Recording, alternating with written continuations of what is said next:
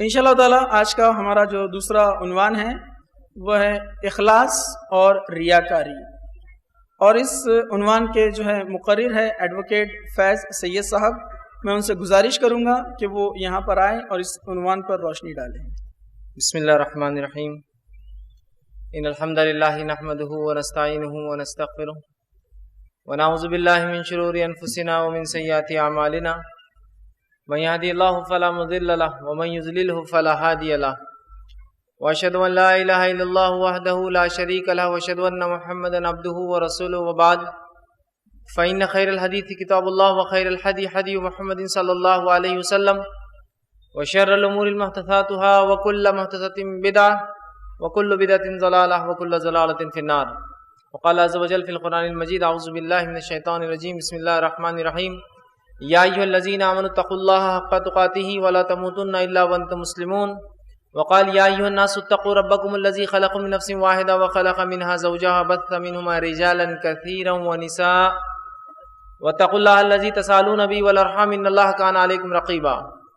وقال یا ایھا الذین آمنوا اتقوا اللہ وقولوا قولا سدیدا یصلح لکم اعمالکم ویغفر لکم ذنوبکم ومن یطع اللہ ورسولہ فقد فاز فوزا عظیما۔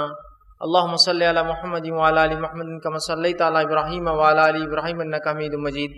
اللهم بارك على محمد وعلى ال محمد كما باركت على ابراهيم وعلى ال ابراهيم انك حميد مجيد۔ رب اشرح لي صدري ويسر لي امري واحلل عقدة من لساني يفقهوا قولي۔ وقال عز وجل في القرآن المجيد بسم الله الرحمن الرحيم قل اني امرت ان اعبد الله مخلصا له الدين۔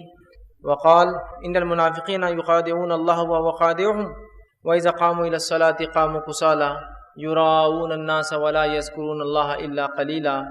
وقال فَوَيْلٌ لِّلْمُصَلِّينَ الَّذِينَ هُمْ عَنْ صَلَاتِهِمْ سَاهُونَ الَّذِينَ هُمْ يُرَاءُونَ وَيَمْنَعُونَ الْمَاعُونَ۔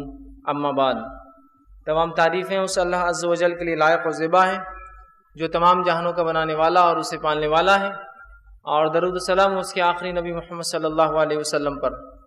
الحمدللہ ہم تمام یہاں اس 10 روزہ اسلامک کانفرنس کے چوتھے دن جمع ہوئے ہیں، اور جیسا کہ آپ تمام کے سامنے اعلان کیا گیا تھا کہ میں چند باتیں انشاءاللہ العزیز آپ تمام کے سامنے اخلاص اور ریا اس کے تعلق سے رکھنے کی کوشش کروں گا۔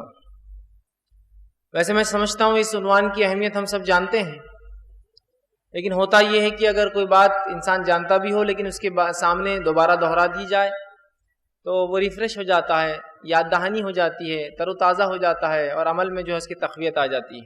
تو بہرحال اسی کڑی میں جو ہے انشاءاللہ عزیز ایک ریویژن کے طور پر، ایک دہرانے کے طور پر، ایک یاد دہانی کے طور پر پھر ہم دیکھیں گے کہ اخلاص کیا ہوتا ہے، اس کے فائدے کیا ہیں، اس کے نتیجے کیا ہوں گے، ریا یہ کیا چیز ہے، اس کے نقصانات کیا ہیں، اور انسان دنیا اور آخرت میں یہ کرنے سے کیا نقصان جو ہے بھگتنے والا ہے۔ آئیے، سب سے پہلی چیز تو یہ ہے کہ ایک مسلمان کے لیے انتہائی ضروری ہے کہ وہ کوئی بھی اگر عمل کرے تو اس عمل کے بارے میں اس چیز کا علم ضرور حاصل کرے کہ یہ عمل کیسے قابل قبول ہو سکتا ہے اللہ کے پاس۔ میں اور آپ اگر کوئی بھی عمل کرتے ہیں، کوئی بھی اعمال، تو اس سے پہلے اس بات کا علم ہونا ہمیں بے انتہا ضروری ہے کہ یہ اعمال جو ہے کیسے اللہ کے پاس قابل قبول ہو سکتے ہیں، کیسے ایکسیپٹیبل ہو سکتے ہیں، اللہ اس کو کیسے قبول کریں گا۔ اس لیے کہ اللہ رب العزت کے نزدیک اصل یا شریعت کے نزدیک اصل یہ نہیں کہ آپ کتنے اعمال کرتے ہیں۔ شریعت کے نزدیک جو چیز اصل ہے وہ یہ ہے جو اعمال کرتے ہیں وہ کیسے آپ اعمال کرتے ہیں۔ بات سمجھ رہا؟ مطلب اعمال کی تعداد، کوانٹٹی اصل نہیں ہے، وہ اعمال جو کیے جا رہے ہیں وہ کس نیت سے اور کیسے کیا جا رہا ہے، اس کی کوالٹی سب سے امپورٹنٹ نہیں یاد رکھی۔ تو ہو سکتا ہے کہ انسان ساری زندگی جو نماز پڑھتا رہے لیکن اسے پتہ نہ ہو کہ وہ کیا چیز جو تھی جو اس کے اس عبادت کی نفی اس کو ختم کر دے رہی تھی، اور وہ نماز تو پڑھ رہا تھا اور وہیں ایک دوسرا عمل کرتا تھا جو اس عمل کو ختم کر دیتا تھا۔ تو اسلام میں اصل چیز یہ نہیں کہ ہم کتنے اعمال کرتے ہیں، اصل یہ ہے کہ وہ اعمال کتنے قابل قبول ہے اللہ کے پاس، کتنے اعمال ہمارے کرنے کے بعد اللہ اس کو قبول کرتا ہے، پھر چاہے تعداد بہت زیادہ ہو، اعمال کی تعداد بہت کم ہو، اصل یہ ہے کہ رب کے پاس جو اعمال قابل قبول ہے وہ اعمال سب سے بہترین ہے، یاد رکھیے۔ تو بہت سارے لوگ ہوتے ہیں جو اعمال کی کثرت تو کرتے ہیں لیکن یہ نہیں جانتے کہ کون سا عمل ان کا رب قبول کرتا ہے اور کون سا قبول نہیں کرتا۔ اور بس اعمال تو کیے جا رہے ہیں اور ادھر ایک طرف عمل ہے اور دوسری طرف اس کا رد، اس کے منفی کام کرتے چلے جاتے ہیں. تو اس بات کو ذہن نشین کر لیجئے کہ ہمیں اعمال کرنا ہے تو وہ اعمال جو اللہ کو قابل قبول ہو، پھر چاہے وہ کتنا ہی چھوٹا عمل ہو، خالص نیت سے اگر کیا جائے رب کے لیے تو انشاءاللہ عزیز اس کا جو ہے بہترین بدلہ ہم دنیا اور آخرت میں پاتے ہیں. نبی اکرم صلی اللہ علیہ وسلم اس بات کی وضاحت یوں کرتے حدیث میں، اور آپ نے فرمایا حدیث کے الفاظ یوں ہیں، ابن ماجہ کی روایت ہے، بہت سارے آپ صلی اللہ علیہ وسلم لوگ ایسے ہیں جو روزہ رکھتے ہیں لیکن ان کا روزہ سوائے بھوک کے انہیں کچھ فائدہ نہیں دیتا. بہت سارے لوگ ایسے ہیں دنیا میں جو روزہ تو رکھتے ہیں لیکن ان کا روزہ سوائے بھوک کے ان کو کوئی فائدہ نہیں دیتا. حالانکہ ہم جانتے ہیں روزہ جہنم کی آنکھ سے ڈھال ہے، لیکن اگر روزہ رکھ کر انسان روزے کے وہ شرائط وہ کنڈیشنز پورے نہ کرے جن کنڈیشنز پہ روزہ قبول ہوتا ہے، تو روزہ تو انسان رکھ رہا ہے، ٹھیک ہے، انسان روزہ تو رکھ رہا ہے لیکن وہ روزہ قابل قبول نہیں ہے اللہ کے، اس لیے کہ وہ روزے کی حالت میں غیبت کرتا ہے، چغلی کرتا ہے، برائی کو نہیں چھوڑتا اور لوگوں کو تکلیف پہنچاتا ہے، بد کلامی کرتا ہے اور گناہ اور معصیت کے کاموں میں ڈوبا ہوا ہے. تو ایسے انسان کے اعمال اللہ رب العزت کے لیے کوئی قابل قبول نہیں ہے اور ایسا انسان سوائے بھوک کے اور کوئی فائدہ نہیں اٹھاتا، یاد رکھیے. اسی طرح فرماتے ہیں ایسے بہت سے لوگ ہیں جو قیام کرتے ہیں، مطلب راتوں میں نماز پڑھتے ہیں لیکن ان کا قیام صرف جاگنے کے علاوہ کوئی ثواب نہیں دیتا. ان کو روزہ رکھتے ہیں، بھوک کے علاوہ کوئی فائدہ نہیں پاتے، راتوں میں قیام کرتے ہیں اور جاگنے کے علاوہ کوئی ثواب نہیں پاتے. تو اس سے پتہ چلا اعمال کی کوانٹٹی اصل نہیں ہے، اعمال کی قبولیت اصل ہے کہ چاہے کم ہو یا زیادہ ہو اللہ کے پاس وہ عمل ہمارے قابل قبول ہو. اس بات کو ہم یاد رکھیں. اب آئیے، کسی بھی عمل کو قابل قبول بنانے کے لیے کچھ کنڈیشنز ہیں اور شریعت میں وہ 2 شرائط ہیں، 2 کنڈیشن اپلائیڈ ہیں. اگر 2 شرطیں پوری ہوتی ہے تو وہ اعمال قابل قبول ہے، اگر وہ کنڈیشن پوری نہیں ہوتی اعمال قابل قبول نہیں. آئیے، سب سے پہلی چیز، کسی بھی عمل کو قبول کرانے کے لیے جو شرط ہے، پہلی شرط جس کی وجہ سے وہ عمل قابل قبول ہوتا ہے وہ اخلاص، مطلب وہ اعمال خالص اللہ کے لیے کیا جائے، وہ عمل خالص اللہ کے لیے کیا جائے. یاد رکھیں اس کے اندر کسی قسم کا دکھاوا، نام اور نمود، ریا، شہرت، تکبر، بڑائی، لوگ دیکھے، تعریف کرے، دنیا کا فائدہ حاصل، کوئی اس کا مقصد نہیں سوا اللہ کو راضی کرنے کی. تو کسی بھی عمل کو قابل قبول بنانے کے لیے پہلے ہی شرط، یا کسی بھی عمل کے اللہ کے پاس قابل قبول ہونے کی پہلی شرط اخلاص ہے. اور دوسری شرط وہ عمل اللہ کی کتاب اور اس کے رسول صلی اللہ علیہ وسلم کے طریقے کے مطابق ہو. یہ 2 کنڈیشنز ہیں. پہلی کنڈیشن عمل خالص اللہ کے لیے ہو، نیت میں کوئی فساد نہ ہو، اور دوسری شرط اللہ کی کتاب اور اس کے رسول صلی اللہ علیہ وسلم کے طریقے کے مطابق ہو. اگر یہ 2 کنڈیشن فلفل ہوں گی، یہ 2 شرائط پوری ہوں گی تو ہی میرے اور آپ کے اعمال قابل قبول ہے، ورنہ عمل کے ہم ڈھیر لگاتے جائیں گے لیکن وہ عمل قابل قبول نہیں ہوں گے. یاد رکھیے نہیں ہوں گے. آپ صلی اللہ علیہ وسلم فرمایا من صلی یرائی فقد اشرک، جس نے دکھاوے کے لیے نماز پڑھی اس نے شرک کیا. مطلب یہ ہوا کہ نماز تو کتنا افضل عمل ہے، جو اللہ کی کتاب کے مطابق وہ کر رہا ہے، رسول کی سنت کے مطابق وہ کر رہا ہے، لیکن پہلی شرط غائب ہو گئی. پہلی شرط کیا؟ اخلاص. من صلی یرائی فقد اشرک، اس نے دکھاوے کو نماز پڑھ رہا ہے تو وہ شرک ہو گیا، وہ اللہ کے لیے نہیں ہوئی، وہ جس کو دکھانے پڑ رہا اس کے لیے ہو گئی. پھر آپ نے فرمایا من صام یرائی فقد اشرک، جس نے دکھاوے کے لیے روزہ رکھا اس نے شرک کیا. اور پھر فرمایا جس نے دکھاوے کے لیے صدقہ دیا اس نے شرک کیا. تو یہ حدیث اس کی وضاحت کر رہی ہے کہ دو شرائط ضروری ہے اور ایک بھی کم ہونے سے عمل بیکار ہو جاتے ہیں. یاد رکھیں، پہلا اخلاص کے ساتھ، دوسرا اللہ کی کتاب اور اس کے رسول صلی اللہ علیہ وسلم کے طریقے کے مطابق وہ عمل کیا جائے. تو آج کے بعد ہم یہ بات کو ذہن نشین کر لیں کہ کسی بھی عمل کو کرنے سے پہلے اپنی نیتوں کو ہم درست کر لیں، اخلاص، خالص نیت اللہ کے لیے، اور پھر عمل جو بھی کر رہے ہیں اللہ کی کتاب میں اگر ہے اور نبی اکرم صلی اللہ علیہ وسلم کے پھر طریقے کے مطابق ہو تو انشاءاللہ العزیز یہ عمل جو ہے قابل قبول ہے. نبی اکرم صلی اللہ علیہ وسلم فرماتے ہیں، صحیح بخاری کی روایت آپ نے فرمایا اور بہت ساری کتب حدیث میں محدثین نے اس حدیث کو سب سے پہلی روایت کیا، یہ سب سے پہلے باب میں اس کو باندھتے ہیں. آپ نے فرمایا انما الاعمال بالنیات، اعمال کا انحصار، اعمال کا دار و مدار اعمال نیت سے ہے. تو جو کچھ بھی عمل میں اور آپ کرتے ہیں اس کے قبول ہونے کے لیے جو اصل چیز ہے وہ نیت ہے. یاد رکھیں، نیت سے مراد یہ ہے کہ کس اخلاص سے نیت کے ساتھ کام کیا گیا، یا دکھاوے کے لیے کام کیا گیا، یا دنیا کے فائدے کے لیے کام کیا گیا، یا دنیا کی شہرت کے لیے کام کیا گیا. تو اصل چیز جو ہے نیت ہے. اور ایک بات یاد رکھیے، نیت کس کی کیا ہے ہم نہیں جانتے، یاد رکھیں، تو لہٰذا ہم الزام نہیں لگاتے. لیکن اعمال قابل قبول تب ہے اس لیے جبکہ نیت درست ہو. اس لیے آپ نے فرمایا انما الاعمال بالنیات، اعمال کا انحصار، اعمال کا دار و مدار نیت سے ہے. یاد رکھیں. تو اس حدیث سے یہ بات پتہ چلی ہمیں کہ اگر کسی عمل میں اگر ہماری نیت درست نہیں ہوتی ہے، نیت درست نہیں ہونا مطلب اخلاص کے خلاف کوئی کام ہوتا ہے، نیت کا درست ہونا مطلب اخلاص کے ساتھ کسی کام کو آپ کر رہے ہیں، تو جہاں نیت درست نہیں ہوتی ہے اور اخلاص نہیں ہوتا ہے، اس کے اندر ریا شامل ہو جاتی ہے، اس میں دکھاوا آ جاتا ہے، تو یاد رکھیے پھر ایسا عمل قابل قبول نہیں ہوتا ہے۔ اور جو حدیث میں نے آپ کے سامنے رکھی، اس حدیث سے جو نقطہ جو پوائنٹ واضح ہوتا ہے وہ یہ ہے انما الاعمال بالنیات، اعمال کا انحصار نیتوں پر ہے۔ تو یہ حدیث یہ بتا رہی ہے عمل بھی ہونا ضروری ہے اور نیت بھی ہونا ضروری ہے، اچھا عمل کرے اچھی نیت کے ساتھ کرے، یاد رکھیے، ورنہ ہوتا کیا ہے، مثال دیتا ہوں ایک آپ کو، ایک شخص جو ہے نماز پڑھ رہا ہے، نماز کیسا عمل ہے، اچھا عمل ہے، نیت کیا ہے لیکن نماز پڑھتے وقت لوگ دیکھیں میں کتنی نماز پڑھتا ہوں، لوگ دیکھیں میں کتنی لمبی لمبی نمازیں پڑھتا ہوں، لوگ دیکھیں میں کس کثرت سے نماز پڑھتا ہوں، لوگ دیکھیں کہ مسجد میں سب جانے کے بعد بھی میں نماز کے لیے کھڑا رہتا ہوں، ہے نا؟ تو عمل تو اچھا ہوا، نیت خراب ہونے سے یہ عمل قابل قبول ہے؟ بتائیے، اللہ کے پاس نہیں ہے قابل قبول، یاد رکھیں۔ اسی طرح سے اگر کوئی شخص کسی سے کوئی چیز چراتا ہے اس اچھی نیت سے کہ میں غریبوں میں یہ چیز کو تقسیم کر دوں گا، نیت تو بہت اچھی ہے کہ غریبوں میں چیز تقسیم کرنے کی وہ سوچ رہا ہے کہ بھائی غریبوں کو کچھ دوں، لیکن عمل کیا کر رہا ہے، اس کے لیے وہ چوری کر رہا ہے اور چرا کر دوسروں کو دے رہا ہے، تو کیا یہ قابل قبول اللہ کے پاس نہیں؟ یاد رکھیے، تو عمل بھی درست ہو اور نیت بھی درست ہو، یاد رکھیے، تو پھر وہ قابل قبول ہوتا ہے، یاد رکھیے۔ اور عمل کے درست ہونے کے لیے اللہ کی کتاب اس کے رسول کی سنت کے مطابق، اور نیت کے درست ہونے کے لیے اخلاص کی ضرورت ہے، یاد رکھیے۔ تو یہ حدیث بھی اسی چیز کی جو ہے وضاحت کرتی ہے۔ اب آئیے اخلاص کسے کہتے ہیں؟ میں سمجھتا ہوں اخلاص بہت عام لفظ ہے، بہت واضح لفظ ہے، ہر آدمی استعمال کرتا ہے۔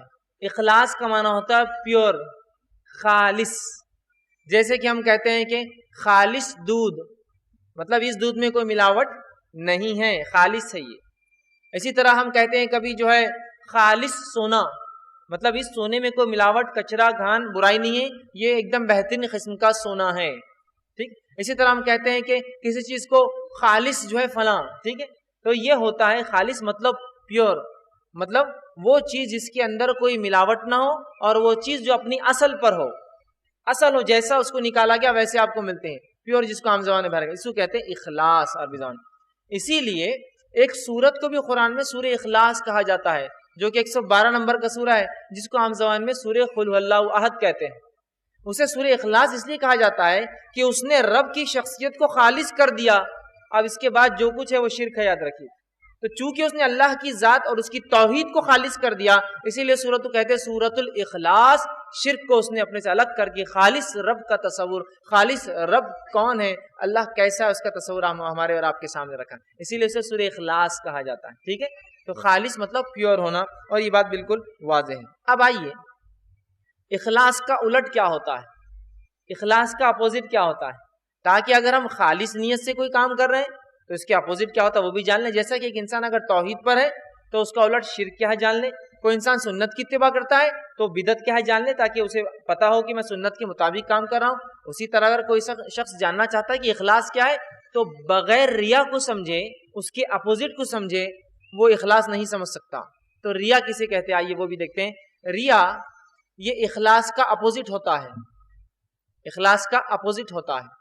ریا عربی زبان کے لفظ سے آتا ہے، را سے آتا ہے، اس کا معنی ہوتا ہے دیکھنا، کسی چیز کو دیکھنا، ٹھیک ہے، یا کسی چیز کو دکھانے کے لیے کرنا، اسی سے لفظ ریا آتا ہے۔ مطلب ریا کا شرعی اصطلاح میں معنی یہ ہوگا کہ کوئی عمل جو خالص اللہ کے لیے کرنا چاہیے، اس عمل کو انسان اللہ کو چھوڑ کر یا اللہ کے ساتھ، ٹھیک، مطلب جو عمل اللہ کے لیے خالص ہوتے ہیں، جیسا عبادتیں ہیں، نماز ہے، روزہ ہے، زکوٰۃ ہے، اچھائی کا حکم دینا، برائی سے روکنا، تو وہ اعمال جن کے کرنے سے اللہ خوش ہوتا ہے، جس کا حکم اس نے دیا ہے، ان اعمال کو انسان اللہ کے علاوہ کسی اور کے لیے کرے کہ وہ خوش ہو جائے، وہ راضی ہو جائے، اس سے کچھ دنیاوی فائدہ ہو جائے، مطلب وہ اعمال جن کے کرنے سے اللہ خوش اور راضی ہوتا ہے، ان اعمال کو انسان اگر انسانوں کے لیے کرے تاکہ انسان خوش ہو جائے، انسان راضی ہو جائے، یا دنیا کا کچھ فائدہ ہو جائے، تو اس عمل کو ریا کہتے ہیں۔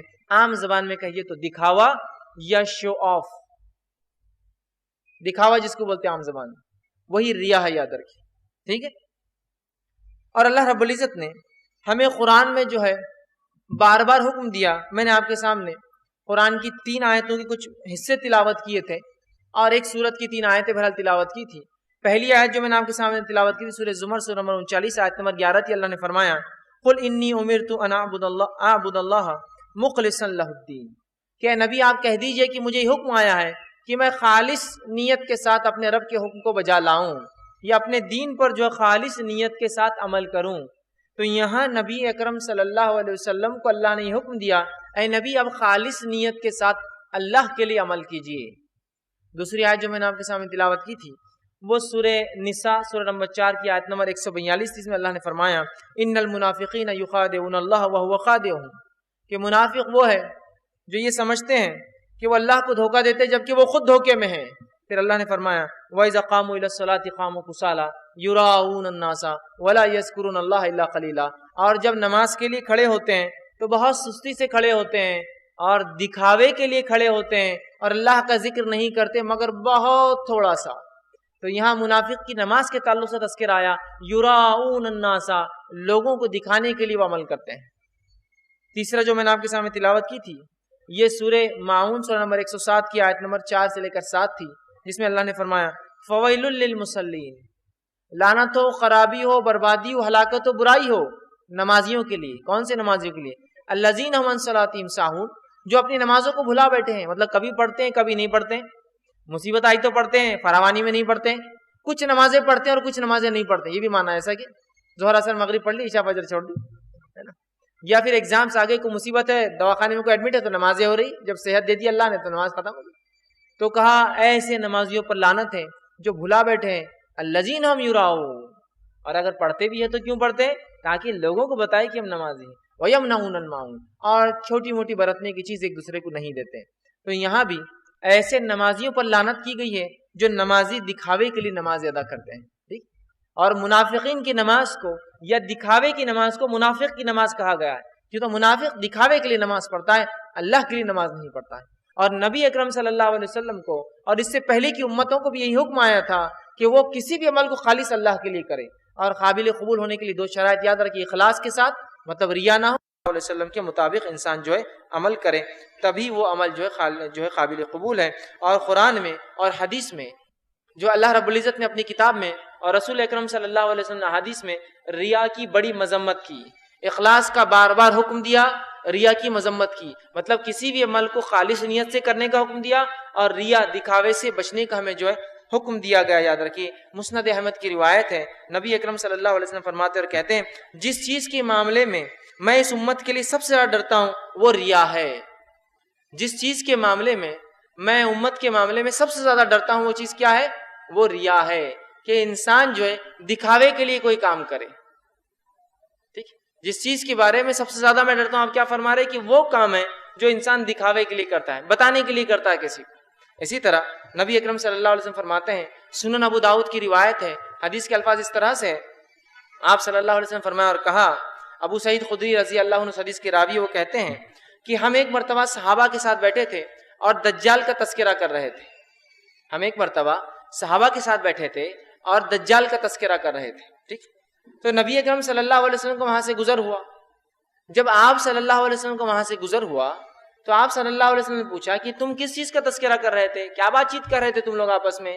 تو نبی اکرم صلی اللہ علیہ وسلم کو صحابہ نے فرمایا اور کہا کہ ہم لوگ دجال کا تذکرہ کر رہے تھے. تو آپ صلی اللہ علیہ وسلم نے فرمایا اور کہا ان صحابہ سے کہ میں جس چیز کے بارے میں تم لوگوں سے دجال سے بھی زیادہ خوف کھاتا ہوں، اور میں سمجھتا ہوں آپ بھی جانتے اور میں بھی جانتا ہوں، آپ صلی اللہ علیہ وسلم کی حدیث ہے کہ جتنے نبی آئے آدم علیہ السلام سے لے کر آخری نبی تک، ہر نبی نے اپنی قوم کو دجال سے ڈرایا.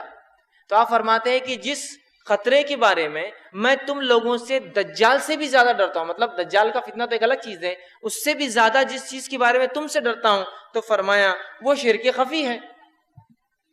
وہ شرک خفی ہے، چھپا ہوا شرک ہے. تو سوال ہوا اللہ کے رسول صلی اللہ علیہ وسلم، یہ چھپا ہوا شرک کیا ہوتا ہے؟ ہڈن شرک، چھپا ہوا شرک کیا ہوتا ہے؟ تو آپ صلی اللہ علیہ وسلم فرمایا اور کہا ایک شخص نماز کے لیے کھڑا ہوتا ہے اور وہ اپنی نماز کو اس لیے جو ہے لمبی کرتا ہے اور اچھا پڑھتا ہے تاکہ لوگ اسے دیکھے، یہی شرک خفی ہے.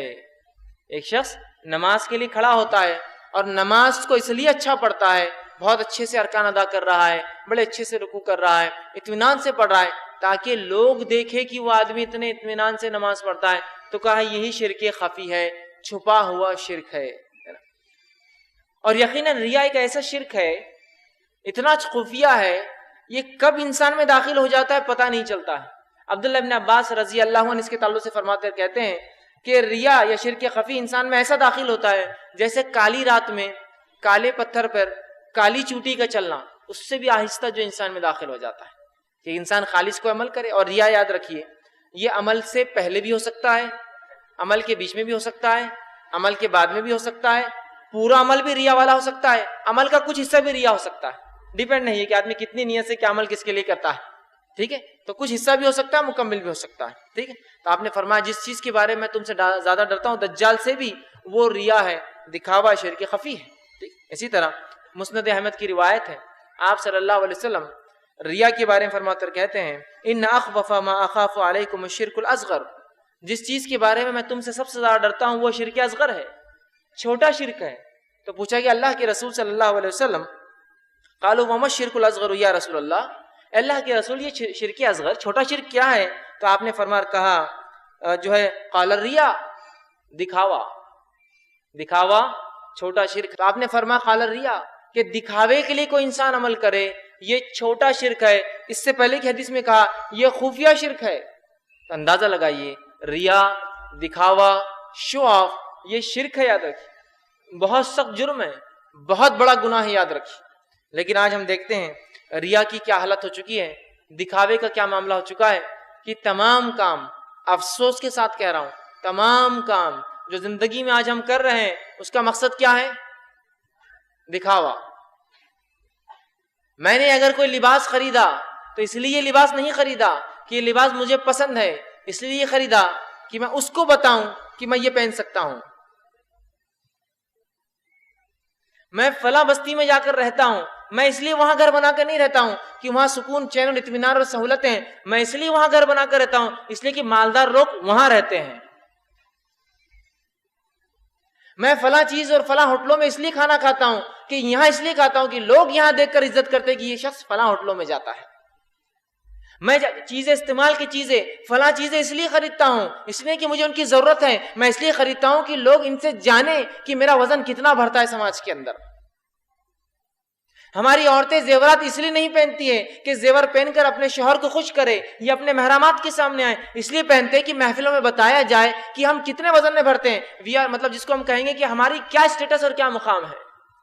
میں اس لیے گاڑی نہیں خریدتا ہوں کہ اس گاڑی کے اندر مجھے سہولت ملیں گی، اس گاڑی کے ذریعے میں جو ہے اپنے کام کروں گا، تجارت کی جگہ پہ جاؤں گا، سفر کروں گا، لوگوں سے ملاقات کروں گا۔ میں اس لیے وہ گاڑی خریدتا ہوں کہ لوگوں کو مجھے بتانا ہے کہ میں یہ گاڑی خریدنے کی طاقت رکھتا ہوں۔ تو آج ہمارے اعمال کیا ہو چکی اندازہ لگائیے۔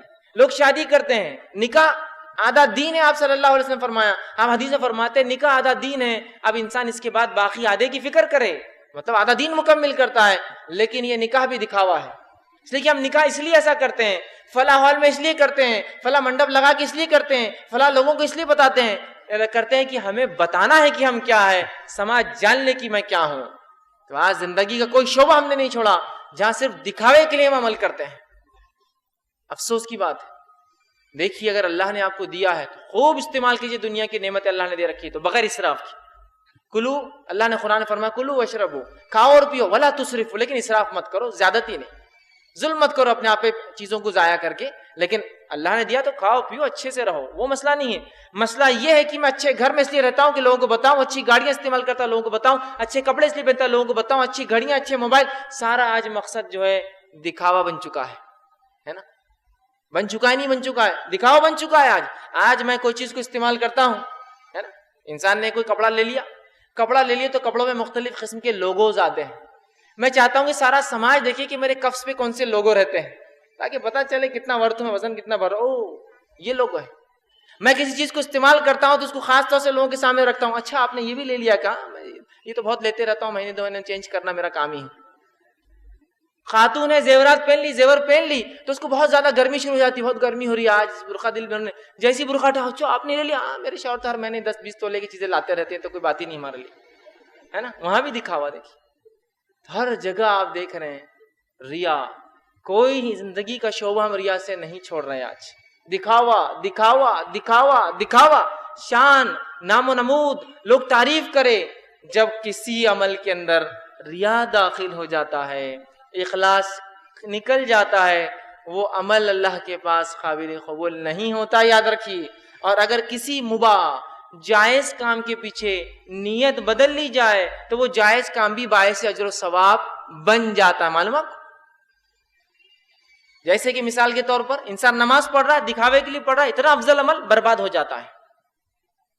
وہیں اگر کوئی مثال کے طور پر انسان نے کپڑے خریدے، کپڑے خریدنے کا مقصد ہے کہ جو ہے میں اپنے تن کو ڈھانکوں، اپنے سطر کو چھپاؤں، اپنے جسم کے عیب کو چھپاؤں. اللہ نے لباس کا حکم دیا، نبی اکرم صلی اللہ علیہ وسلم نے لباس کا حکم دیا، میں لوگوں کو خوبصورت نظر آؤں، ہے نا، اور میرے جسم کی حفاظت ہو، ہے نا، اور میں صاف ستھرے کپڑے اسی لیے پہنتا ہوں. تو پھر یہ لباس کا خریدنا بھی باعث اجر و ثواب ہے، چونکہ نیت اچھی ہے.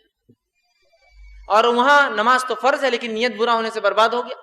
تو کسی بھی چیز کے پیچھے اچھی نیت اگر لگ جائے مباح کام کو تو وہ بھی باعث اجر و ثواب بن جاتی ہے. اور کسی اچھے سے اچھے عمل کے پیچھے ریا لگ گیا نا، دکھاوا گیا، تو بڑے سے بڑا عمل برباد. نکاح کر رہا آدھا دن مکمل کرتا ہے، ریا کے لیے کرتا ہے. اٹھنا بیٹھنا سونا جاگنا کھانا پینا تمام چیزیں آج ہم نے صرف دکھاوا دکھاوا دکھاوا دکھاوا دکھاوا. بھائی آپ نے ایسا گھر کیوں بنایا؟ آپ کو تو ایسا گھر پسند نہیں. لوگ بول رہے تھے ویسا گھر درست نہیں ہوتا تو میں لوگوں کے لیے بنا لیا. مطلب لوگوں کو بتانے کے لیے آپ نے ایسا گھر بنایا جو آپ کی نفس کو پسند نہیں ہے نا. حتیٰ کہ آج تو حالت یہ ہے دکھاوے کی، جو چیز دکھانے کی نہیں وہ بھی لوگ دکھاتے ہیں. کہ ایک انسان جو ہے فلاں لڑکی کو دیکھنے گیا، اسے گھر والے لڑکی پسند کرنے گئے، تو لڑکی تو پسند آ گئی لیکن تھوڑا اس میں فلاں مسئلہ ہے. لوگ کیا کہیں گے ایسی بہو لے کے آئے، لوگ کیا کہیں گے بیٹے کو کہ ایسی جو عورت ساتھ گھوم رہا تھا. نہیں پھر ہم نہیں کر سکتے. نہیں آپ کی بچی بہت اچھی ہے، دیندار ہے، سب ہے، لیکن وہ ایک اس میں کمزوری ہے. لوگ کیا کہیں گے. مطلب بیوی بھی لا رہا ہے، بہو بھی لا رہی ہے تو دکھانے کے لیے. سبحان اللہ، دکھانے کے لیے. سماج کیا بولے گا وہ سوچ کر آپ اس کو ریجیکٹ کر رہے ہیں. کیا عجیب معاملہ ہے. مطلب سمجھ نہیں آ رہا ریا میں کس حد تک ہم بڑھ گئے ہیں. کہ حالت یہ کہ ایک انسان حج کو جا رہا ہے، حج بہت افضل عمل ہے. شریعت میں حج ان اعمال میں سے ایک عمل ہے، حج ان اعمال میں سے ایک عمل ہے جس کو اگر انسان کر لے خالص نیت سے تو پچھلے سارے گناہ معاف ہو جاتے ہیں. ایک حج، دوسرا ہجرت، تیسرا اسلام قبول کرنا. 3 اعمال ایسے ہیں جن کے کرنے سے انسان کے پچھلے پورے گناہ معاف ہو جاتے ہیں. حج کرنے سے جو خالص نیت سے کیا گیا ہو، دوسرا ہجرت کرنے سے اللہ کی راہ میں ایک شہر کو چھوڑ کر کے وہاں عمل نہیں کرنے دوسرے شہر جانے سے، اور تیسرا اسلام قبول کرنے سے. تو یہ وہ عمل ہے کہ سارے گناہ معاف کر دیتا ہے. لیکن آج حج کو بھی جا رہے ہیں تو کیا ریا اور نام و نمود ہے.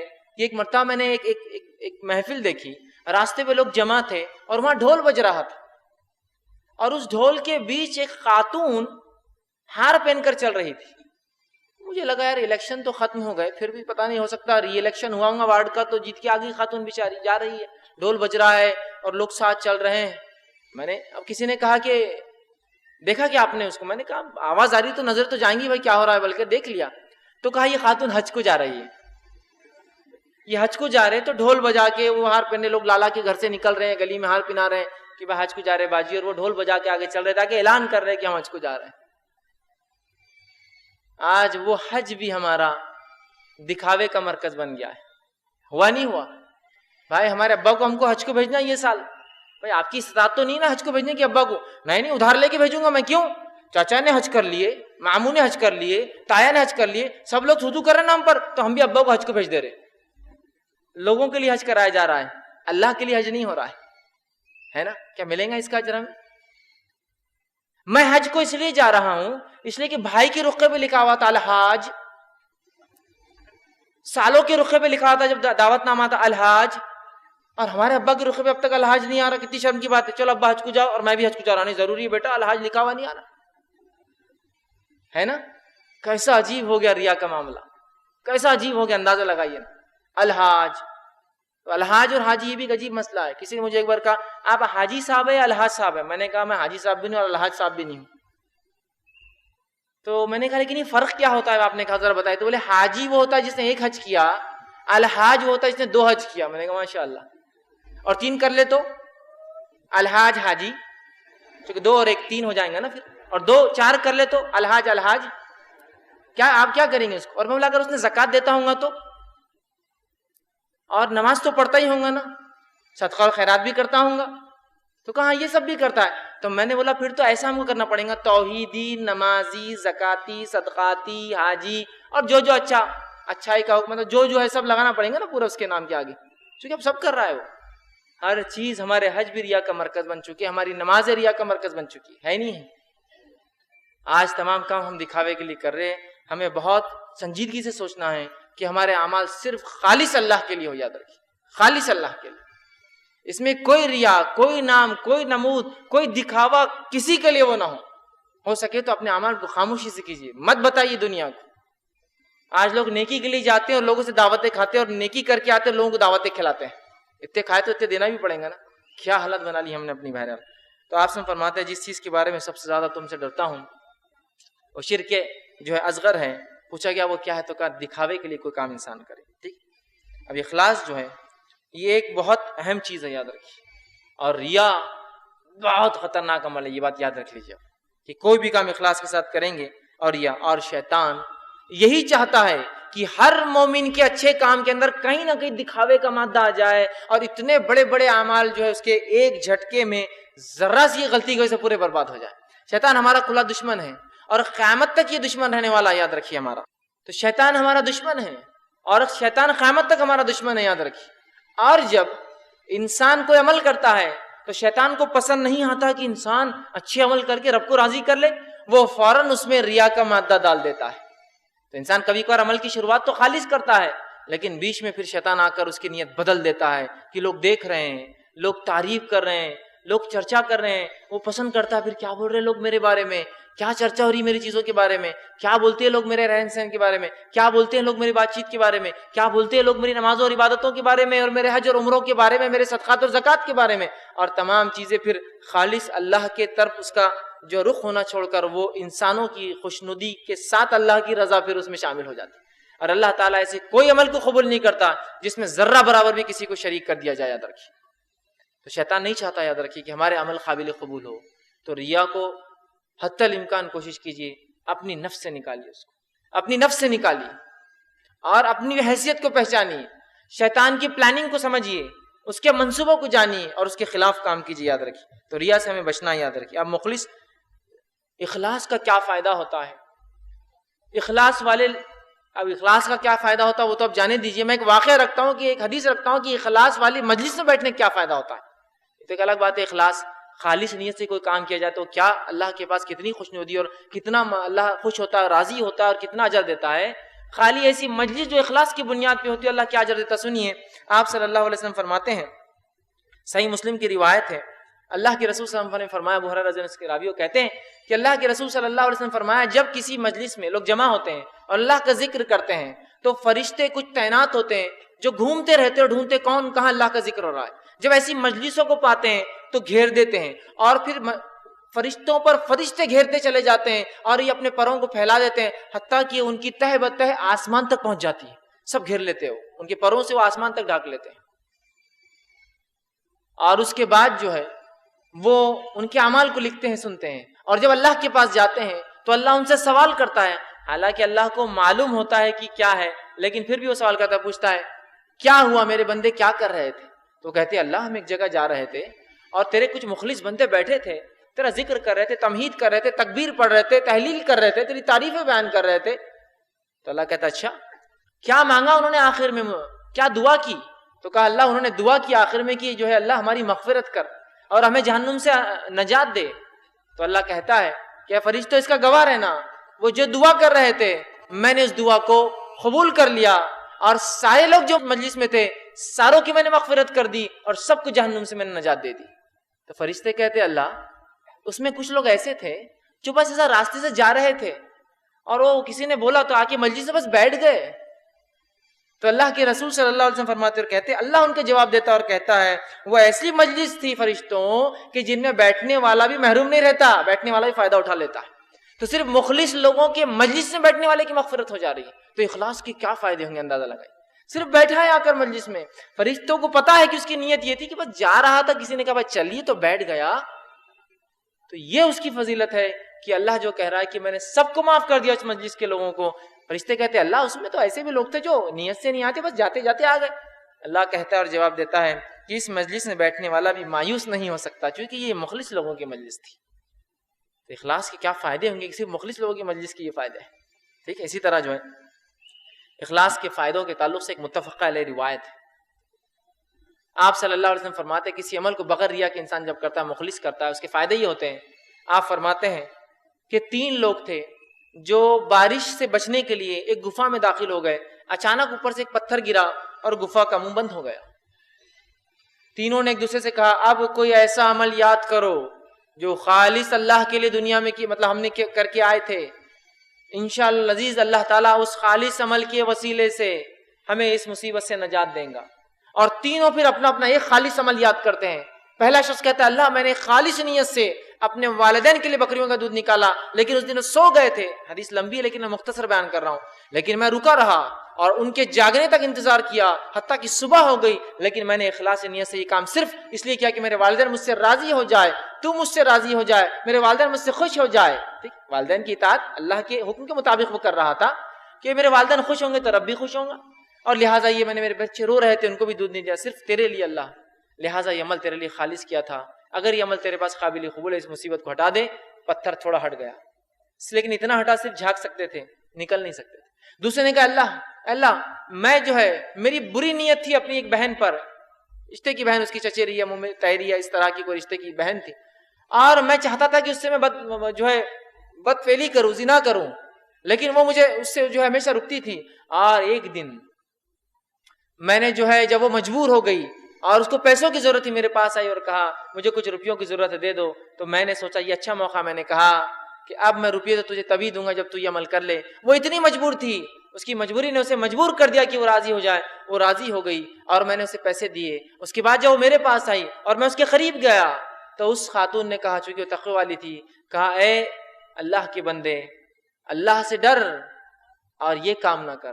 اس وقت مجھ پہ خوف طاری ہو گیا اللہ تیرا کہ واقعی میں یہ عورت دیکھو اتنی مجبور ہے، لیکن اس کے بعد بھی تقوی اس کے پاس دیکھو کتنا ہے، اور کوئی دیکھنے والا نہ تھا، لیکن بس تیرے رضا کے لیے میں نے اس عورت سے دور ہٹ گیا اپنی اس بہن سے، اور میں نے وہ پیسے تک معاف کر دیے اس پر، یہ عمل میں نے خالص تیرے لیے کیا تھا، اگر تجھے قبول ہے تو اس مصیبت کو دور کر۔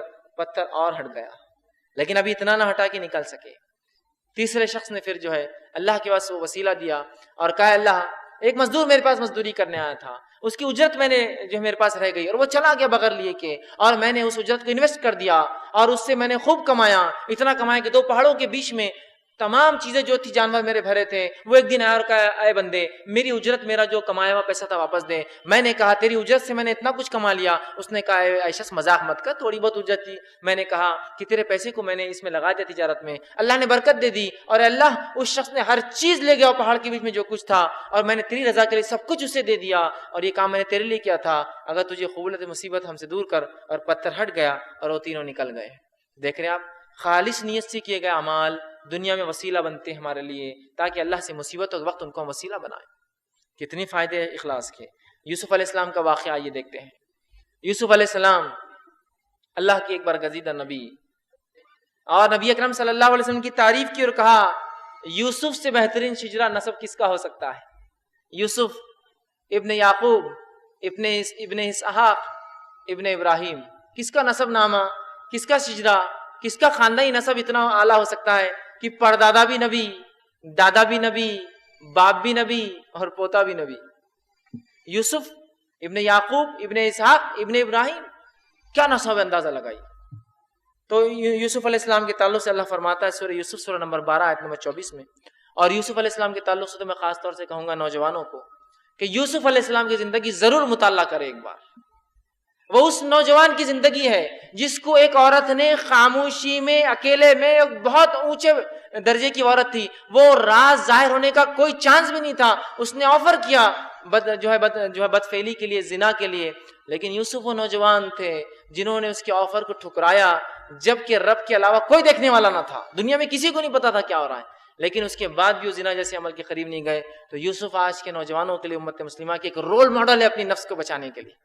کیا پاک باز وہ نوجوان تھا کہ جس پہ اس عورت نے نظر ڈالی، اور اللہ کے رسول صلی اللہ علیہ وسلم فرماتے ہیں، یہ حسن درجے کی روایت ہے، اللہ رب العزت نے خوبصورتی کا آدھا حصہ یوسف کو دیا تھا۔ لیکن اس کے باوجود دیکھیے آپ، کیا دنیا میں پتہ چلتا؟ ہاں چھوٹی موٹی عورت کو زنا کرے تو پتہ چلتا ہے، ایک اعلیٰ درجے پہ کوئی کام ہو تو وہ عزیز مصر، وہ بادشاہ کی بیوی ہے، کوئی اس پر نظر رکھنے والا نہیں ہے، وہ آفر کرتی دروازے کے پیچھے، اور یوسف کہتے ہیں میں اللہ سے ڈرتا ہوں۔ تو اس نوجوان کا واقعہ سنیے، اللہ نے فرمایا اور کہا كَذَلِكَ لِنَصْرِفَ عَنْهُ السُّوءَ وَالْفَحْشَاءَ إِنَّهُ مِنْ عِبَادِنَا الْمُخْلَصِينَ۔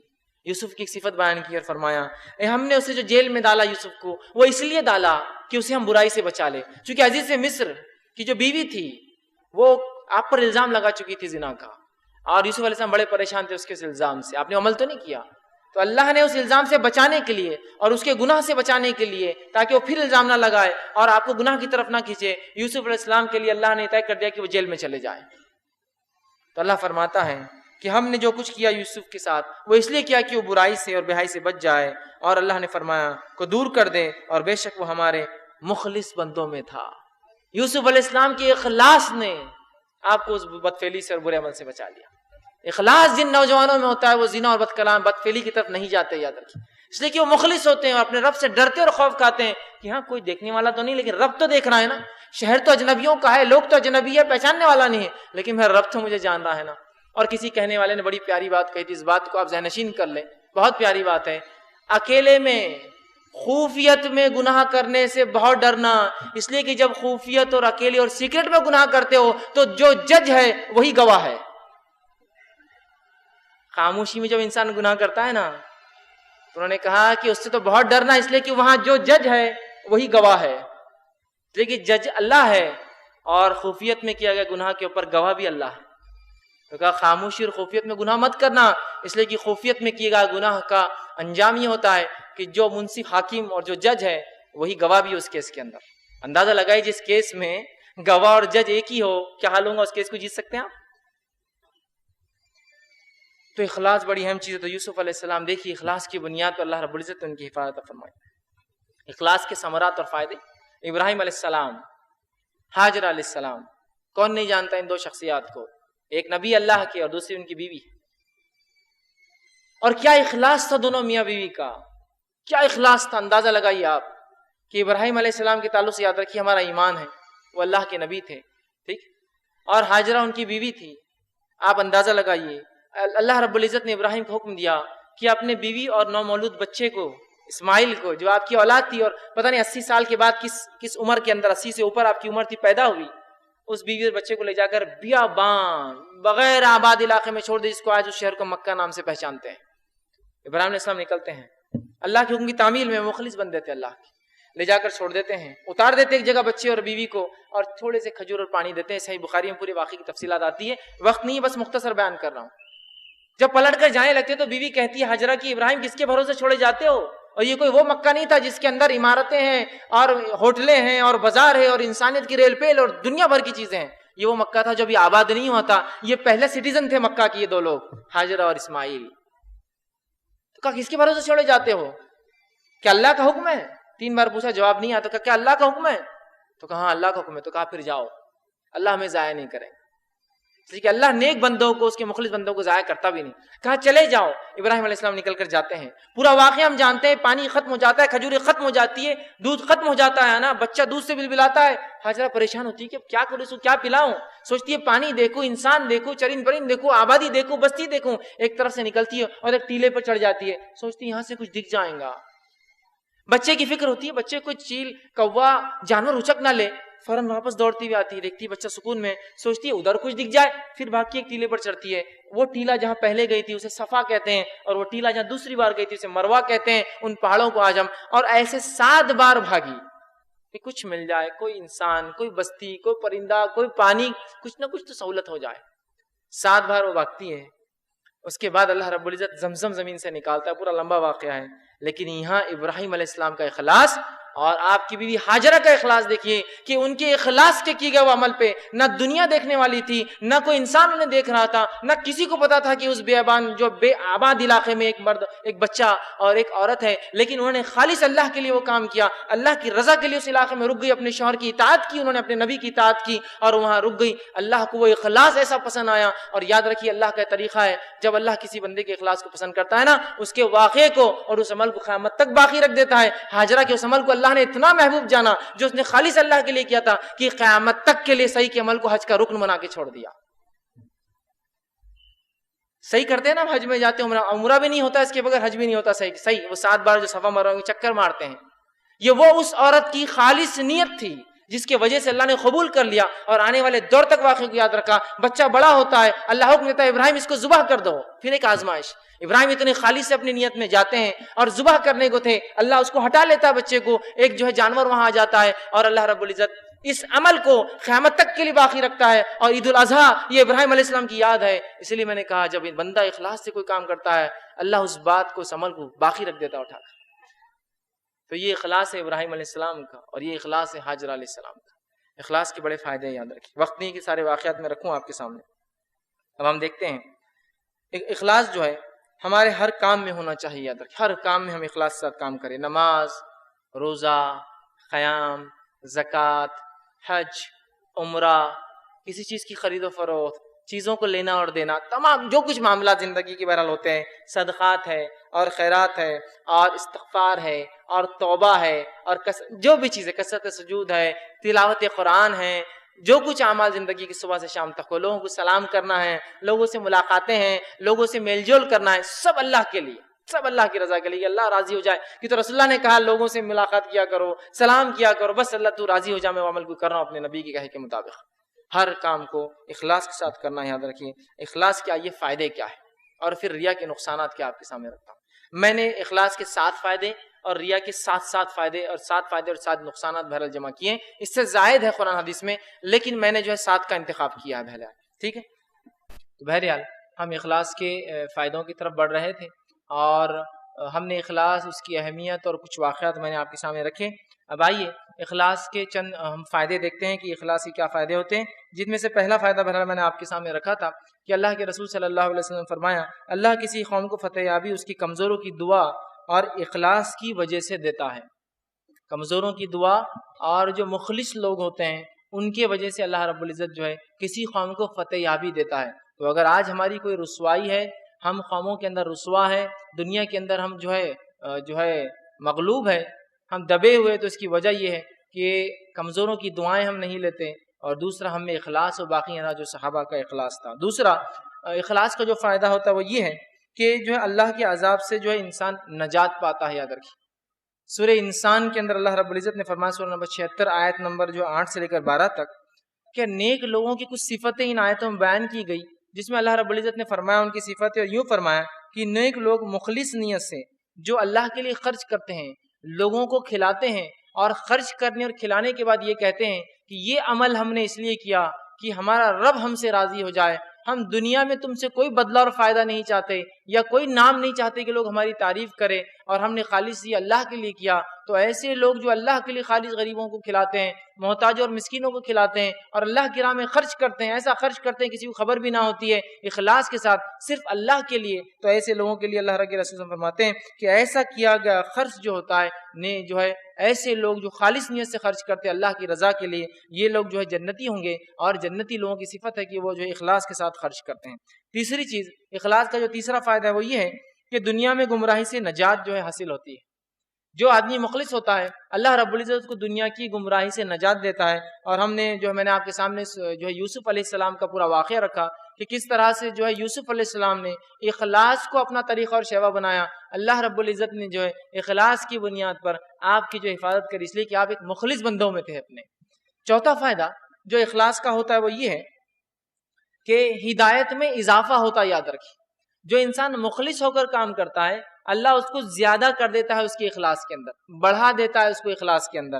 اور اس کے تعلق سے اللہ رب العزت نے سورہ کہف کا اگر ہم مطالعہ کریں, سورہ کہف سورہ نمبر 18 آیت نمبر 13 میں اللہ نے فرما رکھا انہم فتیۃ آمنوا بربہم وزدناہم ھدا, کہ اللہ رب العزت ان نوجوانوں کے بارے میں تذکرہ کر رہا ہے جن کی تعداد واللہ عالم ہم نہیں جانتے کیا تھی, جو اپنے ایمان کو بچانے کے لیے جو ہے بھاگ کھڑے ہوئے. چونکہ وقت کے بادشاہ نے اپنے آپ کو رب اعلان کر دیا تھا, اپنے ایمان بچانے کے لیے وہ بھاگ کھڑے ہوئے تھے اور ایک گفا میں چلے گئے, جس سے اس سورہ کے نام سورہ کہف پڑا.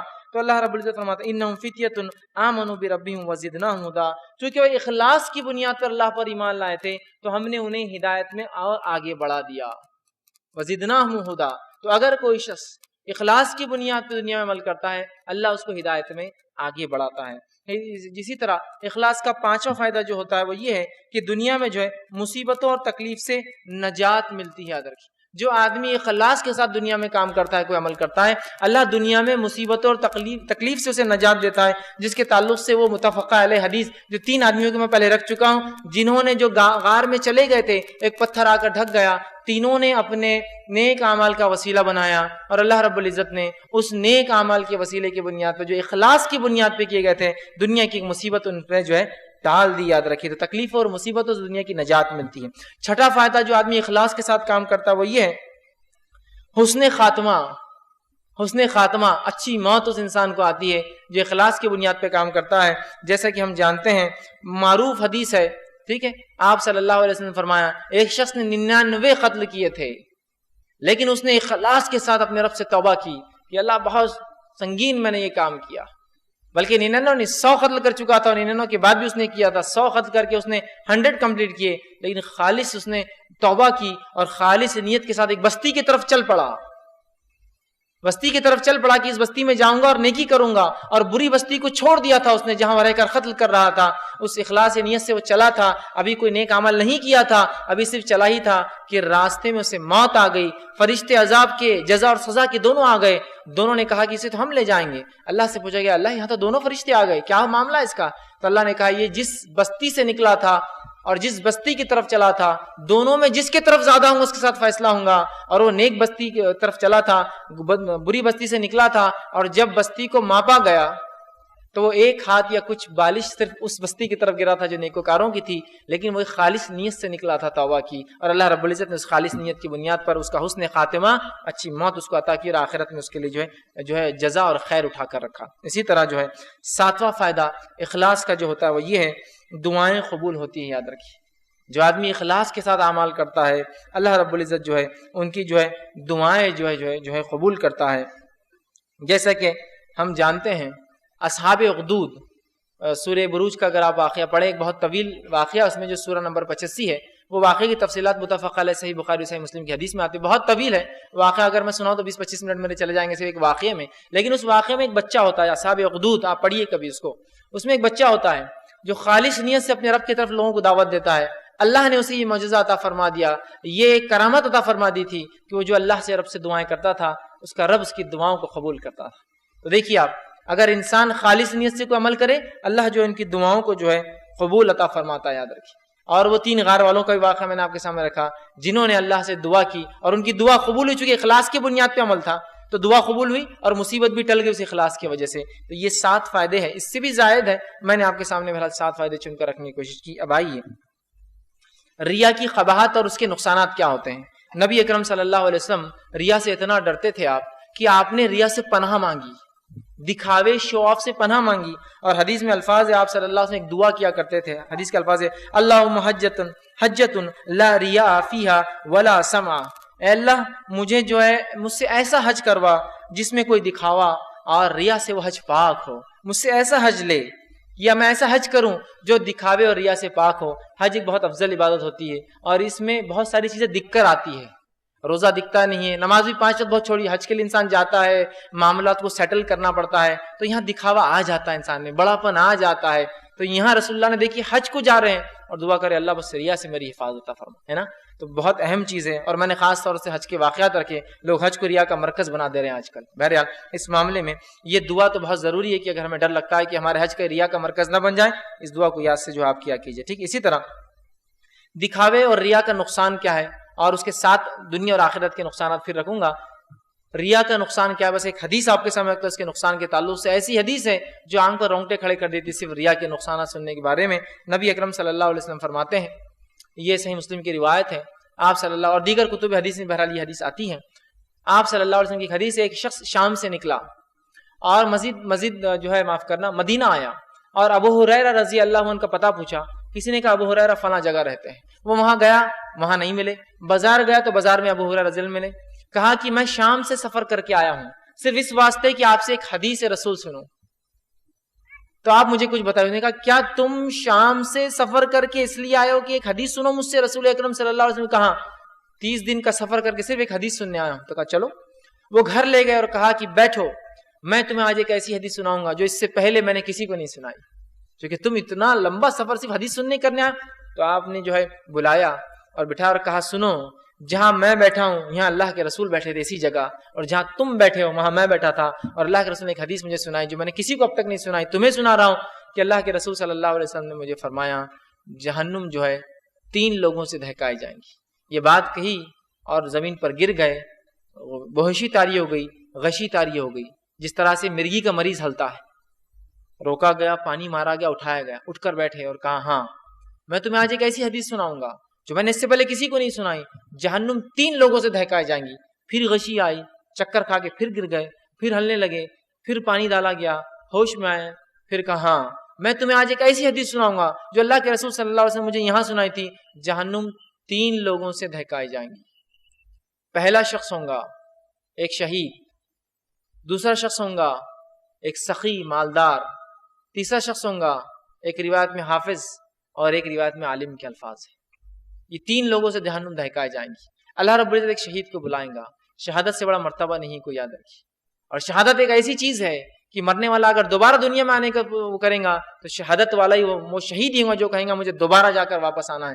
صحیح، باقی لوگ تو ڈر جائیں گے بعد میں کیا ہوتا ہے، لیکن شہید کہیں گے میں واپس جاؤں گا، پھر شہید ہو کے تیری راہ میں آؤں گا، اس لیے کہ اس کا بدلہ بہت عظیم ہے۔ لیکن جہنم میں ڈالا جا رہا ہے، اللہ کہیں گا اے شخص تجھے میں نے طاقت توانائی صلاحیت دی تھی، کیا کیا؟ وہ کہیں گے اللہ میں نے تیری راہ میں جہاد کیا، تیری راہ میں کوششیں کی، تیری راہ میں اور حق کے لیے میں لڑا۔ میں جہاد کا معنی یاد رکھیے، لڑائی نہیں ہوتی، حق کے لیے لڑنا ہوتا، کوئی بھی لڑائی جہاد نہیں ہوتا، حق کے لیے لڑنا۔ میں لڑا یا اللہ۔ اللہ کہیں گا تو نے جھوٹ کہا، فرشتے کہیں گے تو نے جھوٹ کہا، اللہ کہیں گا تو اس لیے لڑا کہ لوگ تیری تعریف کرے تو شہید ہے، تجھے دنیا میں شہید پکارا گیا، اب میرے پاس تیرا کوئی بدلہ نہیں ہے۔ حکم ہوں گا، فرشتے منہ کے بل رگڑ کر لے جا کر جہنم میں ڈال دیں گے۔ دوسرا شخص آئیں گا، اللہ کہیں گا میں نے تجھے مال دیا تھا، کیا کیا؟ وہ کہیں گا اللہ میں نے مساجد بنائی، فلاں فلاں جگہ خرچ کیے، صدقات کیے، خیرات کیے۔ اللہ کہیں گا تو نے جھوٹ کہا۔ فرشتے کہیں گے تو نے جھوٹ کہا، اللہ کہیں گا تو نے تو اس لیے خرچ کیا کہ لوگ کہے کتنا خرچ کرتا ہے نا اللہ کے نام، جو تجھے چاہیے تھا دنیا میں تیرا نام لیا گیا، بہت تعریف ہوئی، فرشتوں سے حکم اٹھا کے جہنم میں پھینک دو۔ تیسرا شخص وہ ہوں گا جس کے تعلق سے حدیث میں آتا ہے ایک میں عالم اور ایک میں حافظ کے الفاظ یاد ہے۔ اللہ کہیں گے میرے بندے تجھے میں نے عقل دی تھی، کیا استعمال کیا؟ کہیں گے اللہ میں نے تیری کتاب کو حفظ کیا۔ دوسرا کہیں گے اللہ میں نے تیرے دین کا علم حاصل کیا تاکہ لوگوں کو سہولت دوں، آسانیاں دوں، ان کو شرعی مسائل بتاؤں۔ اللہ کہیں گے تو نے جھوٹ کہا، فرشتے کہیں گے تو نے جھوٹ کہا، اللہ کہیں گے تو نے حفظ قرآن اور تلاوت جو کی اس لیے کی کہ لوگ کہے کتنا اچھا قاری ہے، اور تو نے ایسے لوگوں کو فتاوے دی اور دین کی بات کہی کہ لوگ تعریف کرے کتنا بڑا عالم ہے، کتنا علم رکھتا ہے۔ جو تیری نیت تھی تجھے دنیا میں مل گیا، میرے پاس سب تیرا بدلہ نہیں ہے، حکم اٹھا کر جہنم میں پھینک دو، اور فرشتے منہ کے بل رگڑ کر پھینک دیں گے۔ دیکھیے شہید، دیکھیے انسان جو ہے نا سب کچھ لٹا سکتا ہے اپنی جان چھوڑ کر۔ اگر سمجھ لیجئے کوئی میری جان پر باری آ جائے اور کوئی مجھ سے کہے کہ جان دو یا مال دو، تو میں کیا دوں گا؟ میں کہوں گا مال، دولت، گھر، جائیداد سب لے لو، بس جان بخش دو میری، اس سے بڑی کوئی چیز نہیں ہے دنیا میں۔ اس نے جان دی اللہ کی راہ میں، لیکن دکھاوا تھا اس کی نیت۔ اس لیے میں نے شروع میں کہا نا کہ عمل کتنا بڑا ہے وہ اصل نہیں ہے، اصل یہ ہے کہ وہ قابل قبول ہے یا نہیں اللہ کے پاس، کیونکہ اس کی عمل تو بہت بڑا، لیکن ریا خرچ کرنا۔ دیکھیے اللہ مال تو بہت لوگوں کو دیتا ہے، خرچ کرنے کی صلاحیت اور توفیق بہت کم کو ملتی ہے، کروڑوں جمع کر کے وارثوں کو لڑنے کے لیے چھوڑتے ہیں، اللہ کے راہ میں خرچ نہیں کرتے ہیں لوگ۔ اس نے خرچ کیا لیکن مقصد تھا لوگ دیکھیں، اس کو اللہ نے عقل دی تھی ایک تیسرے آدمی کو، اس نے علم حاصل کیا، اسے کتنے فائدے آدمی علم سے اٹھا سکتا ہے، مقصد تھا لوگ تعریف کریں۔ اللہ نے دنیا میں بدلہ دے دیا، آخرت میں ریا کرنے والوں کو کچھ نہیں بلکہ جہنم ان سے دہکائی جانے والی ہے۔ اللہ رب العزت ہماری حفاظت فرمائے۔ ٹھیک اسی طرح اللہ کے رسول صلی اللہ علیہ وسلم نے جو ہے حدیث میں فرمایا اور کہا، صحیح جو ہے تقریب میں یہ حدیث آتی ہے، آپ نے فرمایا کہا لوگوں اس شرک سے بچو، اس لیے کہ یہ انسان میں چونٹی کی چال سے آہستہ داخل ہوتا ہے۔ ریا ایک ایسا شرک ہے جو چونٹی کی چال سے آہستہ دل میں داخل ہوتا ہے۔ ایک آدمی اچھا بھلا کھڑا تھا، اللہ کے لیے عمل کر رہا تھا، کسی نے منہ پہ تعریف کر دی اور بس پھر اس کی نیت اللہ کے لیے نہیں، لوگ کیا بولتے اس کے لیے شروع ہو گئی کہ بھائی یہ بار بھی کیا، لوگ کتنی تعریف کر رہے میری، اب پھر میں کر رہا ہوں، پھر تعریف ہوں گی کہ نہیں ہوں گی میری۔ ٹھیک ہے، تو یہ چوٹی کی طرح بہت آہستہ سے اندر جو ہے۔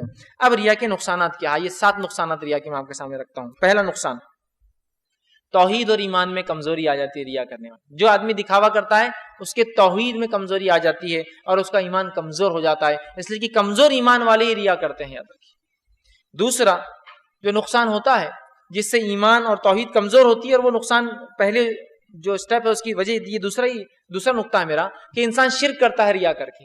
دکھاوا شرک ہے، اس لیے کہ حدیث میں الفاظ ہے شرک ریا شرک اصغر ہے، ریا شرک خفی ہے، چھوٹا شرک ہے، اور خفیہ شرک ہے، ہڈن شرک ہے، چھپا ہوا شرک ہے ریا. اور ظاہر سی بات ہے جو ریا کرتا ہے تو شرک کرتا ہے، اور شرک کرتا ہے تو اس سے کیا ہوتا ہے نتیجہ؟ اس کا ایمان اور توحید کمزور ہو جاتا ہے. تیسری چیز اگر جو انسان ریا کرتا ہے اس کا نقصان ہوتا ہے وہ یہ ہے عمل کا مکمل ثواب ضائع ہو جاتا ہے. صحیح بخاری کی روایت ہے روز قیامت کچھ لوگ اللہ کے پاس آئیں گے اور کہیں گے اللہ ان عمل کا اجر، تو اللہ کہیں گا جا دنیا میں جس کو دکھانے کے لیے کرتا تھا انہی سے مانگ لے، آج میں تجھے اجر دینے والا نہیں ہوں. ٹھیک ہے، تو ریا کرنے کا ایک نقصان یہ ہے کہ جو ہے عمل کا مکمل ثواب جو ہے انسان کا جو ہے وہ ضائع ہو جاتا ہے، یاد رکھیں. ٹھیک ہے، اسی طرح چوتھا نقصان ریا کرنے کا وہ یہ ہے کہ اللہ کی طرف سے ضلالت اور رسوائی آتی ہے ایسے انسان کو جو ریا کرتا ہے، دکھاوا کرتا ہے، ذلیل ہو جاتا ہے وہ دنیا میں ایسا انسان، اور آخرت میں بھی ذلیل ہوگا. حدیث کے الفاظ میں آپ صلی اللہ علیہ وسلم فرماتے ہیں کوئی شخص جس کو اللہ نے مرتبہ دیا ہو اور اگر وہ ریا کرے تو اللہ اس کو ساری مخلوق کے سامنے اس کی حقیقت قیامت کے روز کھول دیں گا. یہ شخص کو اللہ کچھ دے اور وہ اس لیے کرے کہ لوگ تعریف کریں تو اللہ اس کی پوری خلائی اس کو ذلیل کریں گا قیامت کے روز ساری مخلوق پوری انسانیت کے سامنے. تو ذلیل اور رسوا ہوتا ہے ایسا شخص جو ریا کرتا ہے، دنیا میں بھی ہوتا ہے اور آخرت میں بھی ہوگا. پانچواں ایسا شخص جو ریا کرتا ہے وہ جہنم میں جائیں گا، جیسے کہ وہ حدیث میں نے آپ کے سامنے رکھی 3 لوگ جن سے جہنم دہکائے جائیں گی. تینوں جو ہے بڑے بڑے اعمال کیے ہوئے ہوں گے لیکن عمل خالص نہیں ہوں گے، ریا کے ساتھ ہوں گے، اور اللہ کسی عمل کو اخلاص کے بغیر قبول نہیں کرتا. یاد رکھیں. چھٹا نقصان ریا کرنے کا وہ یہ ہے کہ اللہ کے سامنے وہ شخص جو ریا کرتا تھا روز قیامت سجدہ نہیں کر پائیں گا. کھڑا ہوں گا اس لیے کہ مسلمان ہوں گا نا، لیکن ریا کی وجہ سے نہیں کر پائیں گا. صحیح بخاری کی روایت آپ سے فرماتے ہیں جس روز جب اللہ رب العزت جو ہے سامنے ہوں گا اور لوگ سجدہ کریں گے، جو ریا کرتے تھے ان کی پیٹھ اور کمر ایک کر دی جائیں گی اور وہ جھک نہیں سکیں گے سجدے کے لیے اللہ کے سامنے. تو روز قیامت ریا کرنے والا سجدہ نہیں کر پائیں گا اپنے رب کو. اور 7واں نقصان ریا کرنے والے کا جو ہوگا وہ یہ ہوگا کہ وہ جنت سے محروم ہو جائیں گا، جہنم میں جائیں گا، سجدہ نہیں کر سکیں گا، جنت سے محروم کر دیا جائیں گا. ابن ماجہ کی روایت ہے آپ صلی اللہ علیہ وسلم فرماتے اور کہتے علم اس لیے حاصل نہ کرو کہ عالم کی برابری کرو. کوئی اس لیے علم حاصل نہ کرے دین کا کہ عالم کی برابری کروں گا ان سے ٹکر لوں گا، عالم کی برابری کرو. اور نہ اس لیے حاصل کرو کہ جاہل لوگوں سے بحث کرو. آج ایک مسئلہ سیکھ کے چلا جاؤ آپ کو ان کو نے میرے ساتھ بحث کرنے کے لیے کہ جاہل سے بحث کرو. اور اس لیے بھی حاصل نہ کرو کہ مخلوق میں بتاؤ کہ مجھے کتنا علم ہے، دیکھو یار کتنی بات کرتا ہے علم کی آدمی. اس لیے حاصل نہ کرو، اس لیے کہ جو ایسا کریں گا اس کا ٹھکانہ جہنم کی آگ ہوگا. صرف علم میں ریا کر رہا ہے. یہاں تو نماز میں، روزے میں، زکات میں، حج میں، پتہ نہیں کن کن اعمال میں آج ہم نے ریا سے پاکی نہیں دکھتے ہمارے اعمال. اللہ رحم کرے، اللہ ماشاء اللہ کے جس کو اللہ بچا لے. بہرحال وہ ایک الگ بات ہے، سب پہ الزام نہیں ہے لیکن اکثریت تو ایسے ہی دیکھا جا رہا ہے. بہرحال اب یہ 7 نقصانات تھے ریا کے. بھائی ریا کی وجوہات کیا ہے، ریزنز وہ بھی دیکھ لے تو انشاءاللہ ہم بچ سکتے ہیں، اپنے نفس کو بچا سکتے ہیں. تو ریا کی بڑی وجوہات میں سے کئی ہو سکتی ہے، میں نے 3 چنی، بڑی 3 وجوہات ہے ریا کی. ٹھیک، پہلی ریا کی بڑی وجہ جو ہے وہ یہ ہے کہ انسان اپنی تعریف کو پسند کرتا ہے. یہ ریا کی سب سے پہلی وجہ بنتی ہے، دکھاوے کی. میرے کپڑے، میری گاڑی، میرا گھر، میری نماز، میرے روزے، میرے صدقات، میری زکات تعریف کا موضوع بن جائے، ہے نا، ہوتا ہے نا. اور بہت سی بار تعریف کے چکر میں آ کے انسان کیا کچھ نہیں کر دیتا ہے نا. کوئی آگے آپ کے پاس ایک صاحب آ کر بیٹھے ہوئے، رسید پھاڑو مدرسے کی، آپ بولتے ٹھیک ہے پھاڑ دو 200 روپے کی. کوئی بولتا ارے وہ صاحب تو کیا دے رہے، اچھا وہ دے رہے، چلو 500 کی پھاڑو. ارے وہ تو 500 سے بھی زیادہ دے رہا، اچھا 1000 کی پھاڑو. ٹھیک ہے، وہ اس لیے نہیں دے رہا کہ اللہ کے لیے، اس لیے دے رہا ہے کہ اس کو پتہ چل رہا ہے کہ اس کا بھائی، اس کا رشتہ دار اس سے زیادہ دے رہا ہے، چلو میرا بھی بڑھا دو پھر صدقہ. اگر اسے دینا ہی تھا زیادہ تو یہ کہتا کہ اللہ میں تیرے لیے دے رہا ہوں، میں دیکھ رہا ہوں کہ میرے بھائی مجھ سے کم کما کے مجھ سے زیادہ دے رہے ہیں، پھر تو مجھے رشک آ رہا ہے کہ میں بھی دوں. تو یہ نیت تو درست ہے، لیکن اس لیے کہ اچھا وہ دے رہا ہے اس کا نام ہوگا، میرا نام نہیں ہوگا نا، چونکہ رسید جب جائیں گی مدرسے میں تو نام ہونا نہیں، 2 بھائی زیادہ دیتا ہے کم دیتا، فوراً آپ دے رہے ہیں. نیت اصل ہے. تو پہلی چیز ہوتی ہے انسان اپنی تعریف پسند کرتا ہے. یاد رکھیں، تعریف پسند کرتا ہے کہ میرا نام ہو، میری تعریف ہو، میری شادی کی تعریف، میرے گھر کی تعریف، میرے کام کی تعریف، میرے کپڑوں کی تعریف، میری گاڑی کی تعریف، میرے بچوں کی تعریف، ہے نا. انسان بچوں سے بھی ریا کرتا ہے، معلوم آپ کو، اور میرا بچہ کیا پڑھ رہا ہے، یہ بن گیا، وہ بن گیا، وہ بن گیا. آپ کے بچے نے کیا کیا؟ سامنے والا بولتا بھائی ابھی تو بہت مشکل سے پاس آؤٹ ہوا، نہیں کچھ بھی، آپ کے بچے تو بیکار رہے، میں تو بڑا کامیاب رہا بچوں کے معاملے میں. تعریف اپنا. تو تعریف ہوتی ہے نا، ان کے بچے کیا پڑھ لکھ لیے، ان کے بچے نہیں پڑھے. میرے بھائی تعریف تو صرف اللہ کی ہے، جس نے آپ کے بچوں کو صلاحیت دی کہ وہ پڑھ لیے. ان کے بچے نہیں پڑھ رہے، لیکن اللہ نے ہر کسی کا رزق رکھا ہے نا. تو یہ فخر کا موضوع نہیں ہونا چاہیے کہ میرے بچے پڑھے لکھے ہیں، میں ڈاکٹر کا باپ ہوں. اس میں کیا ہے، کون سی بڑی بات. نبیوں کے کئی واقعات ہم جانتے ہیں. ابراہیم علیہ السلام کے والد جہنم میں جانے والے، اتنا بڑا نبی، بیٹے کے نبی ہونے سے فائدہ نہیں ملے گا. تو کسی ڈاکٹر کے باپ کو کیا اللہ معاف کر دیں گے تیرے ریا معاف، اس لیے کہ تیرا بیٹا دنیا میں ڈاکٹر تھا، تیرا بیٹا انجینئر تھا، تیرا بیٹا آرکیٹیکٹ تھا، تیرا بیٹا فلاں تھا؟ نہیں، ریا معاف نہیں تھا. تعریف، اپنی تعریف. پہلی وجہ ریا کی، سب سے پہلے اپنی تعریف کو انسان پسند کرتا ہے اور ریا پسند کرتا ہے. دوسرا، ریا کی جو ایک اہم وجہ دوسری وہ یہ ہے، لوگ کیا کہیں گے. لوگ کیا کہیں گے، بات سمجھ رہے آپ. اگر میں حج کو نہیں گیا، بڑے بھائی چلے گئے، منجلے بھائی چلے گئے، میں نہیں گیا، تو لوگ کیا کہیں گے کہ دو بھائی حج کو چلے گئے، تیسرا کیوں نہیں جا رہا. لوگ کیا کہیں گے. لوگ کیا کہیں گے میں انسان دو کام کرتا ہے. پہلا، لوگ کیا کہیں گے بول کے اچھا کام، اور لوگ کیا کہیں گے بول کے برا کام. جیسے کہ مثال ایگزامپل، میں اپنے گھر میں اپنی عورتوں کو پردہ نہیں کراتا ہوں. کیوں؟ اس لیے کہ میرے سوسائٹی میں کوئی عورتیں پردہ نہیں کرتی، چونکہ ہم ہائی سوسائٹی میں رہتے ہیں. تو لوگ کیا کہیں گے، پردہ کریں گے تو میں نہیں کرا رہا ہوں، دین پہ نہیں چل رہا ہوں. کیوں؟ تو لوگ کیا کہیں گے. دوسرا ایگزامپل کہ لوگ کیا کہیں گے جس سے انسان دین پہ عمل کرتا ہے. اب سب نماز کو جا رہے ایک مجلس میں، تو اب اچھا نہیں ہے اپن بیٹھے، اپن بھی چلو. لوگ کیا کہیں گے. تو پہلا بھی لوگ کیا کہیں گے بول کر عمل، دوسرا بھی لوگ کیا کہیں گے بول کر عمل. ایک میں لوگ کیا کہیں گے بول کے برا عمل، ایک میں لوگ کیا کہیں گے بول کے اچھا عمل. لیکن دونوں قابل قبول نہیں. یاد رکھیں کہ تو پہلے کیس میں آپ کیا کر رہے ہیں، بس سب عورتیں پردہ نہیں کرتی، اپنے کو بتانا اپنا اسٹیٹس، اپن بھی نہیں کرائیں گے، لوگ کیا کہیں گے، تو آپ نے پردہ چھڑا دیا، برا کام کیا. دوسرے کیس میں آپ کیا کر رہے ہیں کہ اب سب نماز کو جا رہے ہیں، اچھا نہیں دیں گا. اب سب نے روزہ رکھ لیا تو کون کھانا بنا کے دیں گے اپنے کو، تو اپن بھی روزہ رکھ لو، یہ روزے کا ثواب نہیں ملتا. کہ لوگ کیا کہیں گے، کھانا کون دیں گا، ثواب نہیں ملتا. تو لوگ کیا کہیں گے. تو لوگ کیا کہیں گے بلکہ اچھے کام، لوگ کیا کہیں گے بلکہ برے کام. ارے لوگوں کو جانے دیجیے، یہ تو مرنے کے بعد کبھی کبھار تو آپ کے جنازے میں بھی نہیں آتے. تو باقی کیا آئیں گے آپ کے اعمال کے لیے اللہ کے پاس آگے کہ اللہ ہمارے لیے کرتا تھا، معاف کر دو اس کو، میرے اجر دے دو کچھ اس کو، اس لیے کہ میرے لیے کرتا تھا نا. کچھ نہیں ہونے والا، سب خود غرض ہوں گے اس دن. لوگوں کے لیے کر کے اپنی آخرت ہم برباد نہ کرے، لوگوں کے لیے دکھاوے کے لیے نہ پہنے. ٹھیک. اب آئی تیسری چیز جس کی وجہ سے لوگ ریا کرتے ہیں، وہ تیسری وجہ یہ ہے دنیا کی لالچ. دنیا کی لالچ. وہ گھر کی بچی بڑی خوبصورت ہے لیکن گھرانہ دیندار ہے، تو اب میرے کو بھی اس مسجد میں جا کے نمازیں کنٹینیو پڑھنا پڑیں گی، جب یہ رشتہ بھیجیں گے تو وہ قبول کریں گے. دنیا کی لالچ، تاکہ اچھی جگہ رشتہ ہو جائے. دنیا کی لالچ. اگر میرا باس دیندار ہے، اگر میں اس کے سامنے جو ہے نمازیں پڑھوں گا تو لون ملتے رہیں گے، جاب اچھی ہوں گی، سیلری بڑھیں گی، تو پھر میں برابر ظہر اثر مغرب پڑھتا ہوں. جب باس سے نکل جاتا ہوں آفس سے تو عشاء اور فجر نہیں پڑھتا، کیونکہ وہاں کون باس دیکھنے والا ہے نا. لالچ دنیا کی. یا پھر میں نماز اس لیے چھوڑ دیتا ہوں کہ میرا باس غیر مسلم ہے، اور ہو سکتا ہے اس سے وہ ایسا بولے کہ یہ تو بنیاد پرست ہے، فنڈامنٹلسٹ ہے، عبادت گزار ہے، تو لہٰذا میرا انکریمنٹ نہ روک دے، ڈیکریمنٹ میں نہ ڈال دے، میرے رپورٹ کے اندر غلط نہ لکھ دے، تو لہٰذا میں نماز نہیں پڑھتا ہوں، ہے نا. اس لیے کہ دنیا کا فائدہ ہو جائے گا، سیلری بڑھ سکتی ہے. میں اس لیے اپنے گھر کی عورتوں کو پردہ نہیں کراتا ہوں تاکہ جو ہے اس سے مجھے جو ہے سماج میں اسٹیٹس ملے، اس سے میں دنیا کے کچھ فائدے حاصل کر لوں گا، ہے نا. تو یہاں ہوتا ہے دنیا کی لالچ. اس لیے انسان جو ہے ریا کے 3 وجوہات میجر ریزنز ہیں، لیکن اس کے علاوہ بھی ہوتے ہیں. اسی طرح انسان ریا کب کرتا ہے؟ انسان ریا 3 موقعوں پہ کرتا ہے: عمل سے پہلے، عمل کے دوران، عمل کے بعد. عمل سے پہلے کیسا ہے؟ سب لوگ نماز کو جا رہے ہیں، چلو اپن بھی نماز سے پہلے ریا ہو گئی، دکھاوے کے لیے ہو گئی، یہ نماز قبول نہیں. اب عمل سے پہلے آپ نے ریا نہیں کیا، آپ خالص نیت سے مسجد میں داخل ہوئے. اب جب مسجد میں داخل ہو کہ آپ نے رکعت باندھی، اللہ اکبر ہاتھ باندھا، تو اس کے بعد آپ کو ایسا لگا کہ کچھ لوگ آپ کو دیکھ رہے ہیں. جو ہی آپ کو لگا لوگ دیکھ رہے ہیں، تو گئے تو اخلاص سے تھے آپ مسجد میں، آپ نے فوراً نمازوں کو لمبا لمبا پڑھ رہے، سورہ فاتحہ کے بعد جو یاد ہے سب پڑھنا شروع کر دیا آپ نے، کیونکہ کیا ہو رہا ہے، لوگ دیکھ رہے ہیں نا. تو عمل کے دوران اب کیا ہوا، آپ نے نماز پڑھ لی، نہ عمل سے پہلے آپ نے ریا کیا، نہ عمل کے دوران آپ بالکل عمل سے آپ نکلے اور کوئی تیسرا آدمی آپ کو دور سے دیکھ رہا تھا اور وہ آیا اور بولا السلام علیکم حضرت، کیا نماز تھی آپ کی.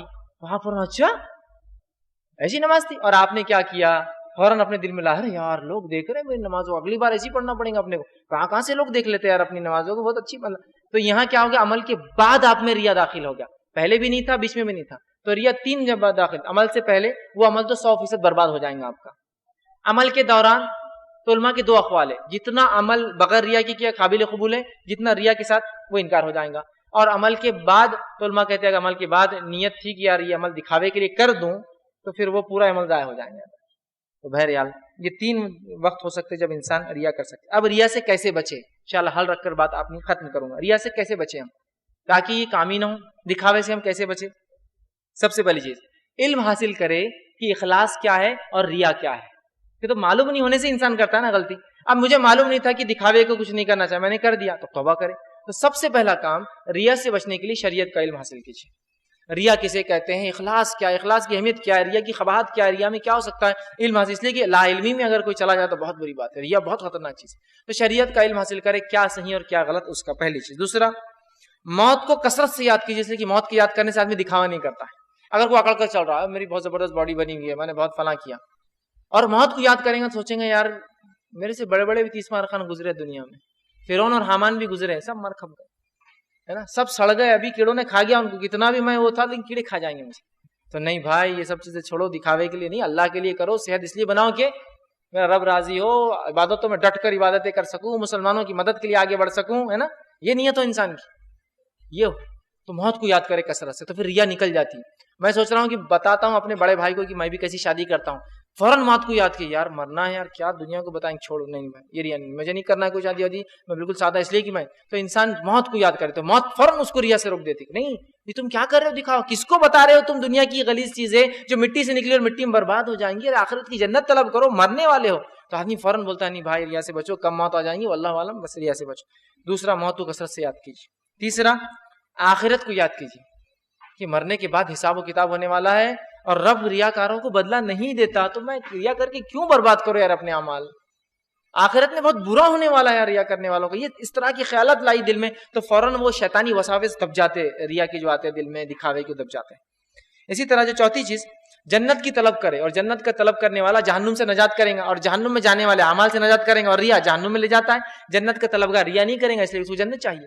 آپ کو اگر کوئی بزنس کرنا ہے، اس سے کوئی کنڈیشن گورنمنٹ لگائے تو کنڈیشن پورے کرتے ہیں کہ نہیں کرتے ہیں؟ آپ کنڈیشن اپلائی تو آپ پورے کنڈیشن پورے کرتے ہیں. تو اسی طرح جنت میں کہ اگر انسان کو طلب ہو مجھے جنت میں جانا ہے، تو جنت میں جانے کی کنڈیشنز ہیں، تو وہ کنڈیشنز فالو کرو، ریا مت کرو. ریا جہنم میں لے جاتی ہے تو ریا کو چھوڑنا پڑے گا. تو جنت کا طلبگار بنیے، اسے کنڈیشنز کو دیکھیے، اور ریا سے اپنے آپ کو انسان پھر بچاتا رہے گا. پانچویں چیز، اللہ سے ہمیشہ دعا کرے کہ اللہ ہماری ریا سے حفاظت کرے. یہ ایک زبردست ہتھیار ہے مومن کے پاس. ہو جاتا ہے انسان ہے، کبھی کبھار دل میں بات آ جاتی ہے، خیال آ جاتا ہے، فوراً جو ہے اللہ سے دعا کرے، اللہ بس یہ آ گیا تھا، مجھے معاف کر، تو کھلے چھپے جو میرا یہ ریا ہے، اور میرے شرک اصغر، شرک خفی سے میری حفاظت کر، یہ ریا سے حفاظت کر، اخلاص کے ساتھ مجھے کام. دعا کیجیے اللہ سے کثرت سے، اور ہو چکا ہے تو معافی مانگیے اللہ سے اس معاملے میں، چونکہ دعا میں استغفار بھی شامل ہے. معافی کی استغفار دعا کی قسم ہے جس میں انسان معافی مانگتا ہے اپنے لیے. اسی طرح نیکی کو خاموشی سے کرنے کی کوشش کیجیے. ایسا ہوتا ہے انسان کو لگ رہا ہے کہ میں ایسا کام کروں گا تو لوگ وہ ریا ہو جائیں گے. ہوتا ہے نا، کچھ انسان کو پتا ہوتا ہے کہ یار ایسا کرنے سے ریا دل میں آ جاتا ہے. تو نیکی کو خاموشی سے کیجیے.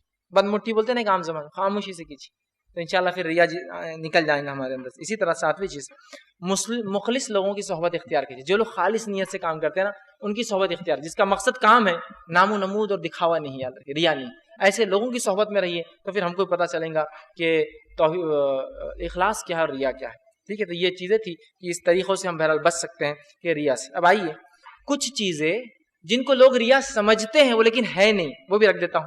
نہیں تو پھر لوگ ریا سمجھنا شروع کر دیتے بہت سی چیزوں کو جو ہے نہیں ایکچولی، لیکن لوگ سمجھتے یار یہ بھی تو ریا ہے نا، پھر وہ ہے نہیں، لوگ سمجھتے ہیں. وہ باتیں رکھ کے بات ختم کروں گا. ایسی 5 چیزیں ہیں اور بھی، لیکن 5 زیادہ بڑی چیزیں ہیں جن کو لوگ سمجھتے ہیں ریا ہے، شریعت ان کو ریا نہیں مانتی، یاد رکھ لیجیے. پہلی چیز، بغیر نیت کے کوئی آپ کی تعریف کرے تو یہ ریا نہیں ہے. آپ کی بالکل نیت نہیں کہ آپ کوئی تعریف ہے، لیکن کوئی آ کر بولتا ہے بڑا اچھا کام آپ نے کیا، تو آپ کہ جزاک اللہ، دعا کیجیے کہ اللہ مجھے اس پر قائم رکھے.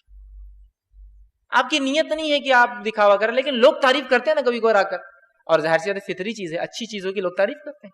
لیکن تعریف میں ہمیشہ یاد رکھیے، اگر ایسے شخص کی تعریف آپ کر رہے ہیں جس کے بارے میں معلوم ہو تعریف کرنے سے یہ بگڑ جائیں گا، عام زبان میں چڑھ جائیں گا، ٹھیک ہے، تو تعریف مت کیجیے اس کی. ہوا میں اڑ جاتے ہیں نا کچھ لوگ، چڑھ جاتے ہیں ان کو تعریف کیے تو نہیں. اور ایسا شخص جس کے تعریف کرنے سے وہ آگے بڑھے گا تو اس کی تعریف ضرور کیجیے، تاکہ وہ ہمت افزائی ہوں گی اور آگے بڑھیں گا. تو ہمت افزائی والی تعریف اچھی ہے، وہ تعریف جو انسان کو اوپر چڑھا دیتی ہے اور وہ انسان کچھ بھی کرتا ہے، ویسے انسان کی تعریف نہیں کرنا چاہیے. تو اگر آپ چاہ رہے نہیں بھائی میری تعریف ہو، لیکن لوگ پھر بھی اچھے کام کی ستائش کرتے ہیں، تعریف کرتے ہیں، اگر وہ تعریف کرے بھائی کتنی اچھی نماز پڑھتے ہیں آپ، تو آپ کہیے جزاک اللہ، بس دعا کیجیے اللہ قبول کر لے. بس پڑھنے میں کیا ہے، پڑھتے تو بہت لوگ ہیں، قبول ہو ہی اصل ہے. تو یہ کہنے سے آپ کا بھی وہ ہو جاتا ہے کہ ریا کا چانس نہیں، اس لیے کہ آپ کہہ رہے بھائی قبول ہو تو اصل ہے، نمازیں تو بہت پڑھتے، تو آپ اپنے آپ کو لیول سے ڈاؤن کر دیتے ہیں. ٹھیک. اور پھر آپ کہتے ہیں کہ اللہ ٹھیک ہے. تو بغیر چاہت کے تعریف. دوسری چیز اچھے کپڑے پہننا, اچھی چیزیں استعمال کرنا, اچھے جوتے پہننا, اچھی گاڑیاں استعمال کرنا, اچھے گھروں میں رہنا ریا نہیں ہے. اب جیسے ریا کا ٹاپک آگے تو بولتے ہیں ہاں اب دیکھو کار میں جا رہے ریا, اب دیکھو ان کی گھڑی دیکھو ریا, ان کا موبائل دیکھو ریا, ان کا نہیں. اس لیے کہ آپ صلی اللہ علیہ وسلم جب ریا کے بارے میں صحابہ کو بتاتے, ایک صحابی نے کہا اللہ کے رسول کہ ہمارے اچھے کپڑے پہننا, نئے کپڑے پہننا, نئے بوٹ پہننا, جوتے پہننا ریا ہے. تو آپ نے کہا میرے صحابی ریا یہ نہیں ہے. ریا تو یہ ہوگا, غلط کام تو یہ ہوگا کہ تم دکھاوا کرو اور دوسروں کو چھوٹا سمجھو. مطلب جب تم کپڑے پہن رہے ہو تو دکھاوا کرو اور دوسروں کو سوچو ارے یہ کیا پہنیں گے, میں پہن سکتا ہوں, سمجھ رہا, تو تب ریا ہوگا. ورنہ اچھے کپڑے پہننا, نئے لباس پہننا, اور حدیث میں الفاظ ہے اللہ جمیل و یحب الجمال, اللہ تو خوبصورت ہے, خوبصورتی کو پسند کرتا ہے, لہذا اچھے کپڑے پہننا ریا نہیں. ہاں پہن کر لوگوں کو چھوٹا سمجھنا, اپنی چیز کو بڑا, یہ ریا ہے. ٹھیک ہے, تو اچھی چیزوں کا استعمال وہ کرنا ریا نہیں. اللہ نے طاقت استطاعت دی ہے, آپ ضرور جو ہے اچھی چیز استعمال کیجیے, اس لیے کہ اللہ نے کوئی نعمت دی ہے, اس کا اثر اللہ دیکھنا پسند کرتا ہے. علی آئیے تیسری چیز, اچھی نصیحت کسی کو دینا جبکہ وہ کام آپ خود نہیں کرتے ہو, یہ بھی ریا نہیں ہے. کبھی ہوتا دیکھیے کہ میں گناہ میں ملوث ہوں اور کوئی آ کے مجھ سے مشورہ مانگتا ہے, تو کیا میں یہ بولوں میں خود گناہ گار ہے یار تم دوسروں سے مشورہ لو؟ نہیں, اچھے مشورے دینے میں آپ پیچھے مت ہٹیے, چاہے آپ خود وہ عمل نہیں کرتے ہو. کرنا تو یہ چاہیے کہ آپ بھی خود وہ عمل کریں, لیکن اس کا مطلب ہرگز یہ نہیں ہے کہ کوئی آدمی اگر وہ کام نہیں کرتا تو مشورے بھی نہ دے. مشورے دیا کیجیے اچھے, حالانکہ آپ وہ نہیں کرتے عمل, لیکن مشورے دیا کیجیے. اس لیے اچھے مشورے دینا چاہیے. ہو سکتا ہے کل مشورے دینے سے آپ بھی اس عمل کے پیچھے راغب اور کرنے لگے. چوتھی چیز, اچھی صحبت میں رہ کے نیکی کرنا ریا نہیں ہے. نیک لوگوں کی صحبت میں رہ کر نیکی کرنا ریا نہیں, جب تک کہ نیکی کرنے والی کی نیت ریا کی نہ ہو. جیسے کہ میں کسی جگہ گیا, کسی مجلس میں گیا, وہاں سارے لوگ نماز پڑھ رہے تھے, سارے لوگ اچھے کام کر رہے تھے, اور مجھے جذبہ جاگا, رشک ہوا, جوش آیا کہ یار لوگ تو کیسی باتیں کر رہے ہیں, میں بھی کرتا ہوں, تو یہ ریا نہیں. یاد رکھ, جب تک کہ اس کی نیت ریا کی نہ ہو, بس نیت یہ ہو کہ مجلس کی وجہ سے وہ بھی اچھائی کی طرف بڑھنے لگی, یہ ریا نہیں. اور پانچویں ایک چیز جو ہوتی ہے, جو لوگ بہت غلط فہمی میں اس میں شامل ہوتے ہیں, وہ یہ سمجھتے ہیں کہ عبادت کے ساتھ دنیاوی فائدہ اٹھائے تو وہ ریا ہے. عبادت کے ساتھ دنیاوی فائدہ, جیسے مثال کے طور پر ایک صاحب مجھ سے کہنے لگے میں جب نماز کو جاتا ہوں تو اتنا خالص نیت سے جاتا ہوں بولے کہ گھر سے نکل کے مسجد پہنچتا ہوں, راستے میں کوئی ملا تو ملتا بھی نہیں ہوں اس کو, اور آتے وقت کوئی بھی کام نہیں کرتا ہوں, دوسرا گھر آ کے پھر دوسرا کام کرتا ہوں. میں نے کہا ایسا کیوں؟ بولے خالص نیت سے مسجد, خالص نیت سے واپس, ملتا بھی نہیں ہوں, کوئی بیچ میں کام بھی نہیں کرتا ہوں, کیوں خالص. یہ خالص کا معنی نہیں ہے, اخلاص کا معنی نہیں ہے. کسی عبادت کے ساتھ دنیاوی فائدے ہو جائے تو اس میں کوئی برائی نہیں ہے. اللہ رب العزت نے جب صحابہ نے سوال کیا اللہ کے رسول ہم حج کو جاتے ہیں تو کیا کوئی تجارت بھی کر لے, بزنس بھی کر لے حج کے ساتھ, کیونکہ حج لے کے لمبا سفر ہے نا, بار بار تو نہیں ہوتا, ہم کچھ تجارت کر لیں. تو قرآن کی آیت نازل ہوئی سورہ بقرہ سورہ نمبر 2 آیت نمبر 198 میں اللہ نے فرمایا لیس علیکم جناح ان تبتغوا فضلا من ربکم, تم پر کوئی گناہ نہیں کہ حج کے دوران تم اللہ کا کوئی فضل تلاش کر لو. حج کے ایام میں نہیں, حج کے دوران سے مراد یہ ہوگا جب حج کو نکلے تو راستے میں, اور حج سے آتے وقت. ٹھیک, تو کوئی مسئلہ نہیں. تو کوئی انسان اگر حج کو جاتا ہے ساتھ میں رشتہ داروں سے مل کر آ جاتا ہے, کوئی مسئلہ نہیں. لیکن نیت حج کی ہو, ساتھ میں رشتہ داروں سے مل لے, ساتھ میں اور فائدہ ہو جائے, ساتھ میں لوگوں سے ملاقات ہو, ساتھ میں گھومنا پھرنا بھی ہو جائے, وہ ایک سیکنڈری پارٹ ہے. لیکن نیت حج کی ہو اور ساتھ میں دنیاوی فائدے سے کوئی مسئلہ نہیں. تو اگر آپ یہ نیت سے نکلتے کہ مسجد جاؤں, راستے میں لوگوں سے ملتے, رشتہ داروں سے ملتے, آتے وقت لوگوں کے کام کرتے ہیں, تو یہ ریا کے خلاف نہیں. لیکن لوگ سمجھتے ہیں معاف کرنا اخلاص کے خلاف نہیں, کہ نہیں یہ اخلاص نہیں ہے میاں. اخلاص بولے تو 100% حج کا تو صرف حج کو جانا اور آنا, نہ ملنا, نہ خریدنا, نہ بات کرنا, رشتہ داروں کے پاس جانا, یہ نہیں بھائی. حج ہو گیا خالص نیت سے, اس کے بعد رشتہ دار رہتے ہیں ان سے بھی ملیے, کچھ خرید و فروخت کرنا وہ بھی آپ کر سکتے ہیں, شریعت نے منع تو نہیں کیا اس کو. ٹھیک ہے, تو یہ 5 چیزیں جن کو ہم ریا سمجھتے, ریا نہیں ہے. اب آئیے ایک غلط فہمی اور بات کو ختم کرتا ہوں.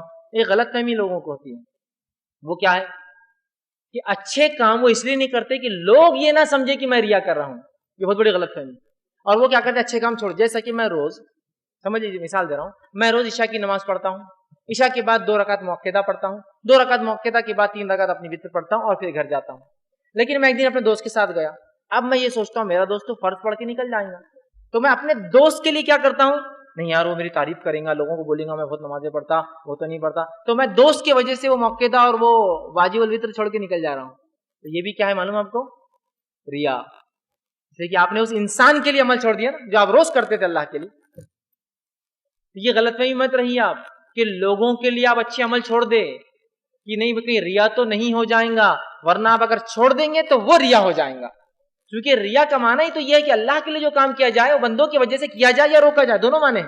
تو آپ رک جا رہے ہیں نا نماز سے, کیوں, تو بولے میرا دوست تعریف کرے گا, تو یہ تعریف اگر وہ کرتا ہے تو اس کا مسئلہ ہے, آپ کیوں اس کی وجہ سے عمل چھوڑ رہے ہیں, سمجھ رہے ہیں.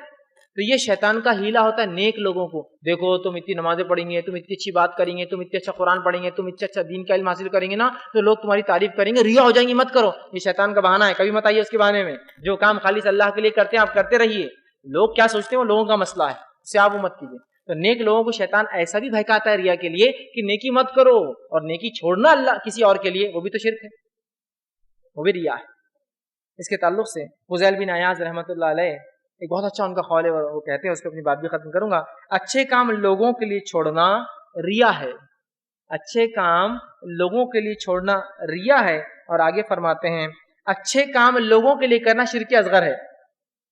حدیث میں دیکھیے ریا اور شرک اصغر دونوں ایک ہی ہے، لیکن وہ کہتے ہیں اچھے کام لوگوں کے لیے چھوڑنا ریا ہے، دکھاوا ہے، اور اچھے کام لوگوں کے لیے کرنا یہ شرک اصغر ہے، مطلب ایسا ریا جس میں شرک کرتا ہے انسان۔ بڑا اچھا قول ہے جس میں آپ کو فرق سمجھ میں آ رہا ہے کہ لوگوں کے لیے چھوڑنا بھی نہیں نیکی ہم کو اور آپ کو، اس لیے کہ شیطان کا ہیلا ہے۔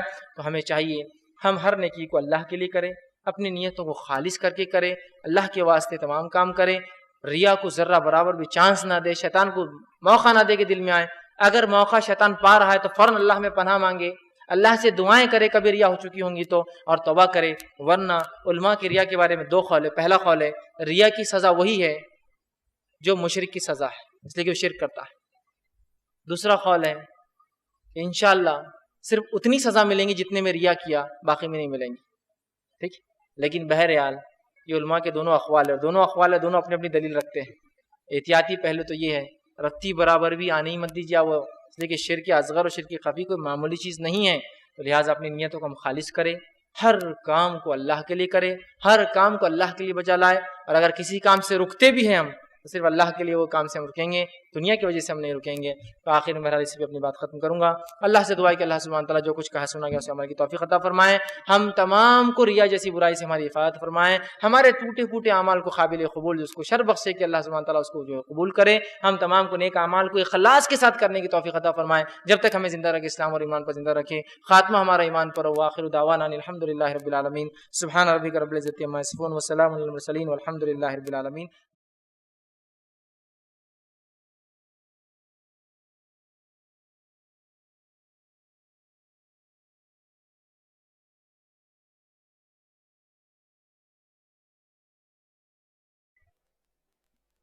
بسم اللہ الرحمن الرحیم، الحمدللہ رب العالمین، والصلاة والسلام علی خاتم النبیین والمرسلین، رب اشرح لی صدری ویسر لی امری واحلل عقدۃ من لسانی یفقہوا قولی۔ شخص ہے جو کہ نیت کرتا ہے کہ کچھ گناہ کرنے کی، لیکن اس نے ابھی کیا نہیں ہے، تو اس کا کیا، اس کو پہلے ہی گناہ مل جائے گا سوچنے کا؟ میرے بھائی نے سوال کیا کہ جب انسان کوئی گناہ کرنا چاہتا ہے اور وہ گناہ نہیں کرتا تو کیا وہ سوچنے کا اس کا گناہ مل جاتا ہے، کیونکہ اس کا تعلق بھی نیت سے ہے۔ تو بہرحال یاد رکھیے آپ صلی اللہ علیہ وسلم حدیث میں فرماتے جب کوئی شخص نیکی کرنے کی نیت کرتا ہے تو ایک نیکی اس کے نام عمل میں لکھ دی جاتی ہے، اور اگر وہ کر گزرتا ہے تو 1 سے لے کر 10 یا اس سے زائد اللہ جتنا چاہتا ہے اس کو نیکی عطا فرما دیتا ہے، لیکن نیت اچھی کرتے ایک نیکی مل جاتی ہے۔ اور جب انسان برائی کی نیت کرتا ہے کہ میں برا کام کروں گا، ٹھیک ہے، تو اس کے نام پر کوئی گناہ نہیں لکھا جاتا، ٹھیک۔ اور اگر وہ صرف سوچ کی حد تک رہتا ہے، صرف سوچتا ہے اور کرتا نہیں ہے، تو جب تک اس پہ عمل نہیں کرتا اور اس کو بولتا نہیں تب تک اس کو گناہ نہیں ملتا ہے۔ کسی برائی کے سوچنے کا انسان کو گناہ نہیں ملتا جب تک کہ اس کو عمل میں نہ لا لے یا بول نہ دے۔ جیسا کہ مثال کے طور پہ ایک آدمی نے سوچا کہ میں اسی گھر میں چوری کروں گا، چوری تو نہیں کیا لیکن کیا کیا معلوم، دوسرے کو بول دیا میں ایسا سوچ رہا تھا، وہ رات میں کھلا رہتا تو میں نے پلاننگ کیا تھا جانے کی، اب بول دیا تو گناہ مل گیا اس کو۔ تو جب تک کہ کر نہ لے یا بول نہ دے اس کو گناہ نہیں ملتا۔ اور اگر ایسا انسان جو گناہ کی نیت کرے، کسی کو بولے نہیں، گناہ نہیں کرے، اور اللہ کی خاطر کی اللہ یہ گناہ تھا نہیں کرا یہ سوچتا ہے، تو ایک نیکی لکھ دی جاتی ہے۔ جو انسان گناہوں کو اللہ کے لیے چھوڑتا ہے اس کے لیے وہ ایک نیکی لکھ دی جاتی ہے، اس لیے کہ اس نے گناہ کا ارادہ کیا تھا، ارادے پہ کوئی گناہ نہیں ملتا، اور کرتا بھی ہے تو ایک گناہ کا ایک ہی ملتا ہے نیکی میں، جبکہ 1 سے 10 ملتا ہے۔ اور اگر اللہ کے لیے وہ گناہ چھوڑ دیتا ہے تو انشاءاللہ عزیز اس کو اس کا انشاءاللہ جو ہے ایک بدلہ نیکی کے شکل میں بہرحال ملتا ہے۔ کسی نے بہرحال سوال کیا، 2-3 سوال بہرحال ایک قسم کے تھے تو میں نے ایک ساتھ ہی جمع کر لیے۔ آپ نے دکھاوے کے بارے میں، مطلب وہ سوال کچھ نہ کچھ اسی سے ریلیٹڈ ہے پورے، جن میں سے ایک تفصیلی ہے تو اسی کو میں لیتا ہوں جن میں سب کا جز ہے۔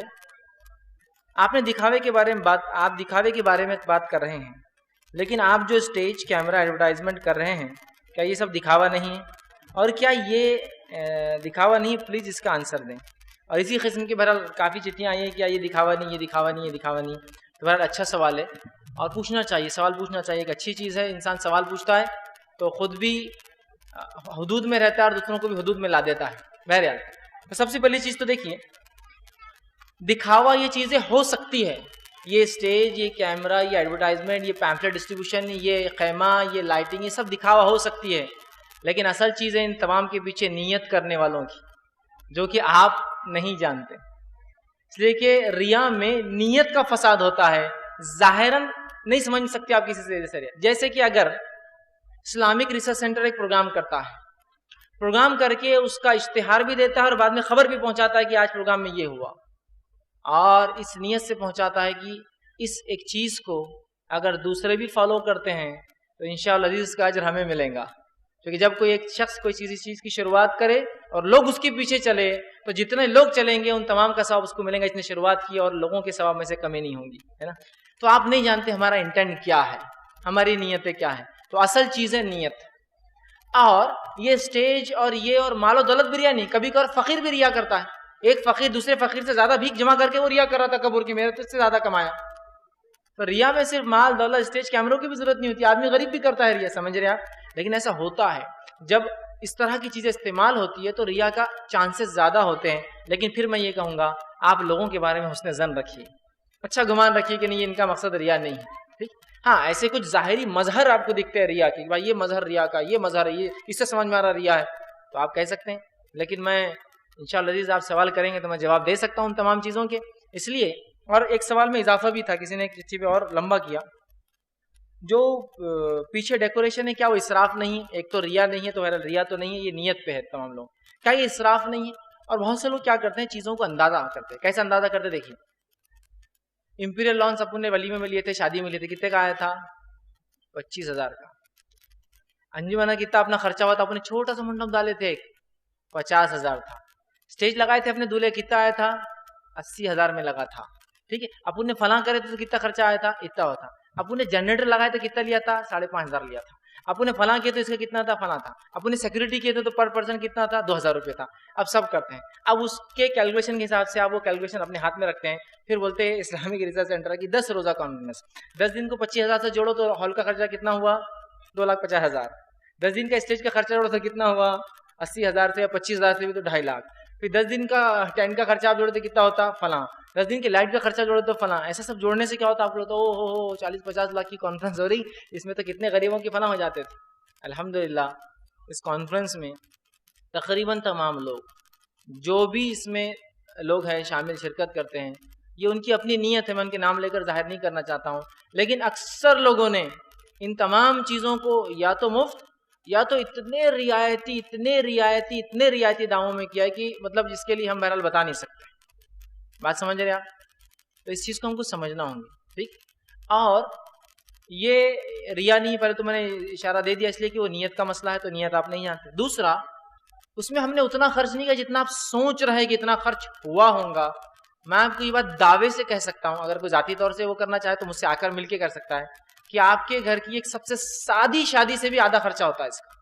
سب سے سادی شادی بھی آپ بتائیں گے، ایک بار میری شادی میں صرف سادہ سیدھا 10 لاکھ لگے تھے، ایک دم سادی شادی، بہن کی 7 لاکھ خرچ ہوئے، ایک دم بالکل حقیر شادی تھی 2.5 لاکھ کی ہوئی تھی، تو میں بتا سکتا ہوں انشاءاللہ کہ اس کا خرچہ اس سے بھی کم ہوتا ہے۔ اس لیے کہ تمام لوگ رمضان کی نسبت سے، دینی کام کی نسبت سے اپنی طرف سے رعایتیں اور چھوٹ دیتے ہیں، کچھ لوگ یوں ہی دیتے ہیں اور کچھ لوگ رعایتوں دیتے ہیں، تو لہٰذا یہ اس میں نہیں۔ دوسرا ایک اور اس میں اضافہ تھا، کیا زکوٰۃ کا پیسہ اس سے استعمال ہوتا ہے؟ میں کئی بار وضاحت کر چکا، الحمدللہ اسلامک ریسرچ سینٹر اپنے پروگرامز میں زکوٰۃ کا استعمال نہیں کرتا، اس کے مد ہے ہمارے پاس، ہم اس میں خرچ کرتے ہیں، لوگ اس سے فائدہ اٹھاتے ہیں، لیکن یہ اس کے مد میں نہیں آتا ہے۔ یہ مد میں اس میں ہوتا ہے جو لوگ اگر خاص اس کے لیے تعاون کرتے ہیں کہ یہ کانفرنس ہونا چاہیے، ہم اس کے لیے کچھ تعاون کریں، تو یہ اس مد میں جو کہ ان کے صدقات ہوں گے، عام زبان میں صدقات مطلب اللہ کے لیے جو خرچ کر دیا اس نے، لیکن زکوٰۃ میں سے الحمدللہ اتنے سالوں کی کانفرنسز میں اس نے پیسہ خرچ نہیں کیا، تو اس معاملے میں بھی آپ انشاءاللہ جس مطمئن رہیں۔ جی میرا دوسرا سوال ہے فیض بھائی کہ کوئی شخص اگر فرض کی نیت سے نماز کے لیے جاتا ہے اور اسے کچھ کام ہونے کی وجہ سے اس کو صرف فرض پڑھ کے آنا ہے، لیکن پیچھے کی صف اور پیچھے کی جو رو ہے وہ نماز سے بھری ہوئی ہے, اس کو جانے کو راستہ نہیں ہے, تو کیا وہ بولتا ہے کہ اب رکنا ہی ہے تو اب آگے کے لیے پڑھ لیتا ہوں, تو یہ بھی کیا ریا کہلائے؟ بھائی نے ایک اچھا سوال کیا کہ اگر کوئی شخص مسجد میں فرض کی نیت سے جائے, اب فرض پڑھ کے نکلنا چاہتا تھا لیکن پیچھے لوگ تھے تو رکنا پڑ رہا ہے, تو کیا وہ اس وقت میں نماز پڑھ لے تو کیا وہ ریا ہے؟ تو یاد رکھیے ریا نہیں ہوگا انشاءاللہ, اس لیے کہ آپ جب مسجد گئے تو کس نیت سے گئے تھے؟ نماز کی نیت تھی, لیکن فرض پڑھ کے نکل جاؤں. لیکن آپ کو کوئی کام ہوگا یا کوئی ضرورت ہوگی, آپ صرف فرض پڑھنا چاہتے تھے, لیکن آپ نے دیکھا پیچھے لوگ ہیں, آپ نے سوچا وقت کا صحیح استعمال کر لوں میں اور اگلی نماز نوافل ادا کر لوں, اور یہ کر لوں, تو اس میں ریا نہیں ہے. اس کی دلیل آپ صلی اللہ علیہ وسلم کے تعلق سے بخاری کی روایت ہے. آپ صلی اللہ علیہ وسلم ایک مرتبہ مائی عائشہ فرماتی فجر کے بعد ہمارے گھر میں آئے اور گھر میں آ کے کہا عائشہ کچھ کھانے کو ہے؟ میں نے کہا اللہ کے رسول صلی اللہ علیہ وسلم کھانے کچھ نہیں ہے. تو آپ نے کہا پھر میں آج روزہ رکھ لیتا ہوں. آپ آئے تھے کھانے کی نیت سے, کھانے کی غیر موجودگی میں آپ نے روزہ رکھ لیا. تو آپ گئے تھے فرض پڑھنے کی نیت سے, اگر وقت زیادہ ہے لوگ پیچھے ہے تو آپ آگے پڑھ لے سکتے, اس میں انشاءاللہ عزیز کوئی حرج نہیں ہوگا. لیکن مسئلہ نیت کا ہے. آپ فرض کی نیت سے گئے تھے, آپ نے فرض پڑھی, فرض پڑھنے کے بعد آپ پیچھے پلٹ کے دیکھا رہے پورے رشتہ دار جمع یہاں, تو چلو کھڑے ہو جاؤ اگلے نفلوں کے لیے, یہ ریا ہو جائیں گا. کیونکہ اس کیس میں آپ کیا کر رہے ہیں؟ لوگوں کو دیکھ کے کر رہے ہیں, جبکہ آپ جو سوال کیا, آپ کا سوال کیا ہے کہ وقت ہونے کی بنیاد پر آپ ادا کر رہے ہیں, تو انشاءاللہ اس میں کوئی حرج نہیں ہے. ٹھیک ہے, اس میں ایسا کیا جا سکتا ہے. کسی نے ایک اچھا سوال کیا کہ جس طرح الحاج اور دوسرے القاب لگانا ریا ہے, لگتا ہے کہ اسی طرح معاشرے میں اپنے نام کے آگے پیچھے انجینئر, ڈاکٹر, ایڈوکیٹ لگانا بھی کیا یہ ریا نہیں ہے؟ تو آپ پہلے ایڈوکیٹ لکھتے زیادہ اچھا ہوتا تھا, انجینئر پہ باڑی ڈال دیا آپ نے, انجینئر, ڈاکٹر, پھر ایڈوکیٹ تک آئے. بہرحال دیکھیے, سب سے پہلی چیز تو یہ جو سند ہے جو دنیا کے اعتبار سے انسان کماتا ہے, ٹھیک, یہ سند ہے, یہ فرائض میں سے نہیں, اسے کرنے کے بعد لگایا جا رہا ہے. دونوں فرض سمجھیے آپ. پہلی چیز فرائض وہ چیز ہے جس کو کرنا ہمارے لیے فرض ہے, ٹھیک, یہ وہ چیز ہے کہ ایک آدمی کس پیشے سے جڑا ہے اس لیے لگایا جاتا ہے کہ وہ فلاں صاحب ہے, وہ ہے فلاں والا. بہت سے لوگ لگاتے بھی, بہت سے لوگ تو سرنیمس ہوتے ہیں ان کے, بھائی فلاں والا, فلاں والا, یہ کرنے والا, وہ کرنے والا, فلاں بیچنے والا, ہے نا, سمجھ رہا, تاکہ ان کا پیشہ پتہ چلے. تو کوئی انسان اس لیے نام کے آگے کوئی چیز لگاتا ہے کہ اس کا پیشہ پتہ چلے, اس کی تجارت پتہ چلے, وہ کیا کرتا ہے پتہ چلے, تو اس میں کوئی حرج نہیں. اس لیے کہ اس کی نیت پر ڈیپینڈ ہے. پھر یہاں یاد رکھیے, اگر اس کی نیت یہ ہے کہ میں اس لیے ڈاکٹر لگاؤں کہ لوگ میری تعریف کریں, لوگ دیکھیں میرا اسٹیٹس کیا ہے, محفلوں میرے لیے کھانا الگ سے آئے, مجھے لوگ خاص اتر کر یا کھڑے ہو کر ریسیو کرے اس لیے کہ میں ڈاکٹر ہوں, تو پھر یہ تو ریا ہے. لیکن وہ اس لیے لگاتا ہے کہ لوگ جان لے. جیسا کہ آپ ریلوے اسٹیشن پہ گئے, ریزرویشن کرا رہے تو لکھا ہوا تھا نا, if you are doctor please tick here. اگر آپ ڈاکٹر ہے تو یہاں لگائے ٹک. کیوں؟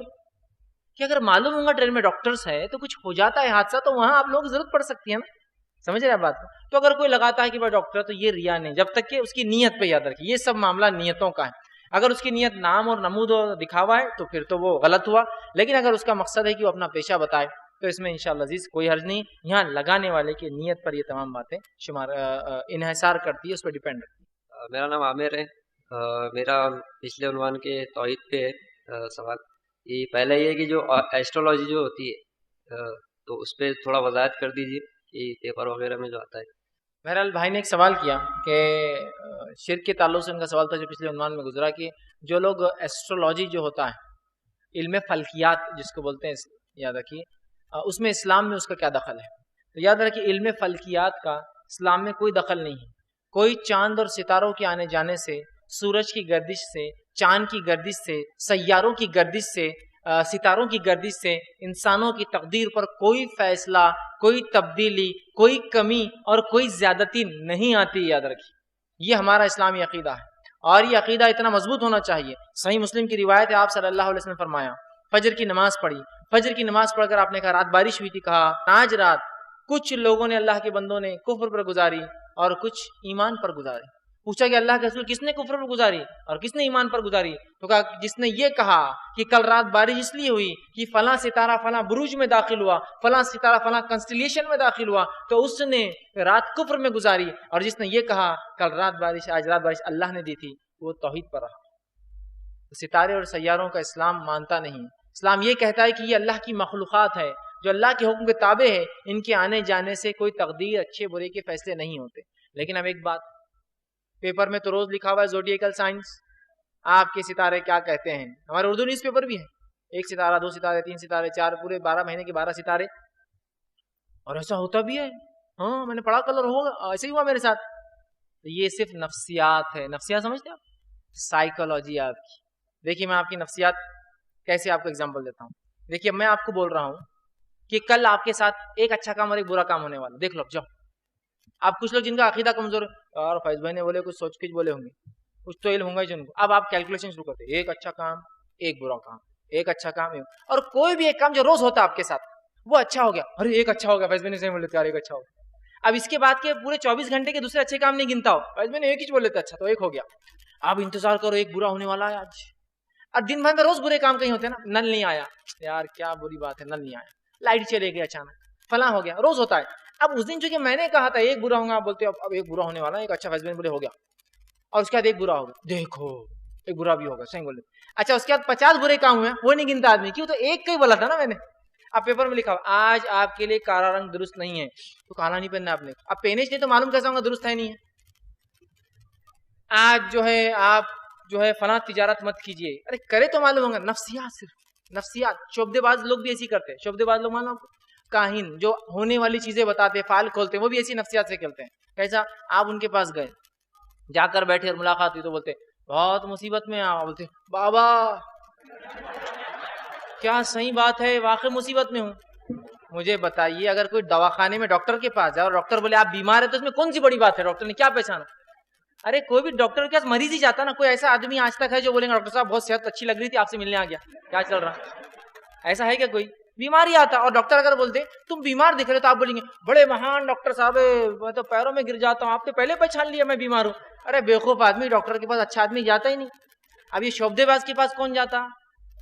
پریشان آدمی. اور یہ بول رہا آپ پریشان ہے، او ہو بس اب بس اس کو مل گیا، آپ مل گئے اس کو. اب یہ تکوں پر آپ کی زندگی سے کھیل کھیلتا. تکے گیس، دیکھو آپ پر تو آپ کی تجارت پر کرنی ہے.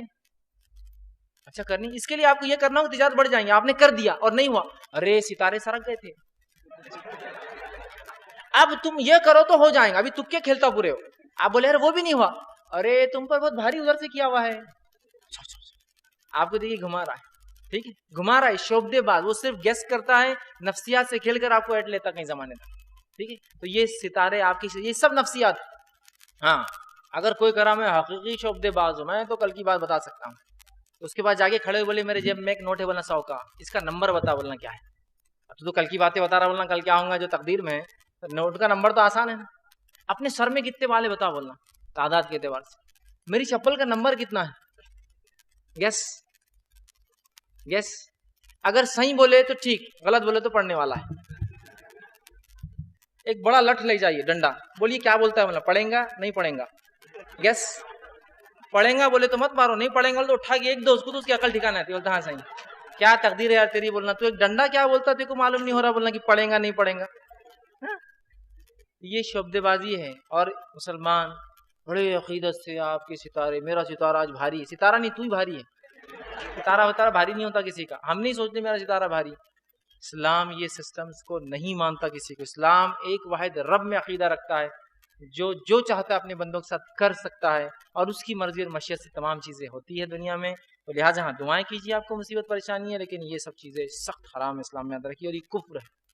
کوئی شخص جو اعمال تو اچھے کر لے لیکن اس کی نیت کا طریقہ غلط ہو، مثلا کوئی نماز پڑھے لیکن نیت کا طریقہ سنت سے ثابت نہ ہو، بلکہ وہ میڈ ان انڈیا والا طریقہ ہو، تو کیا یہ ایسے اعمال قبول ہوں گے؟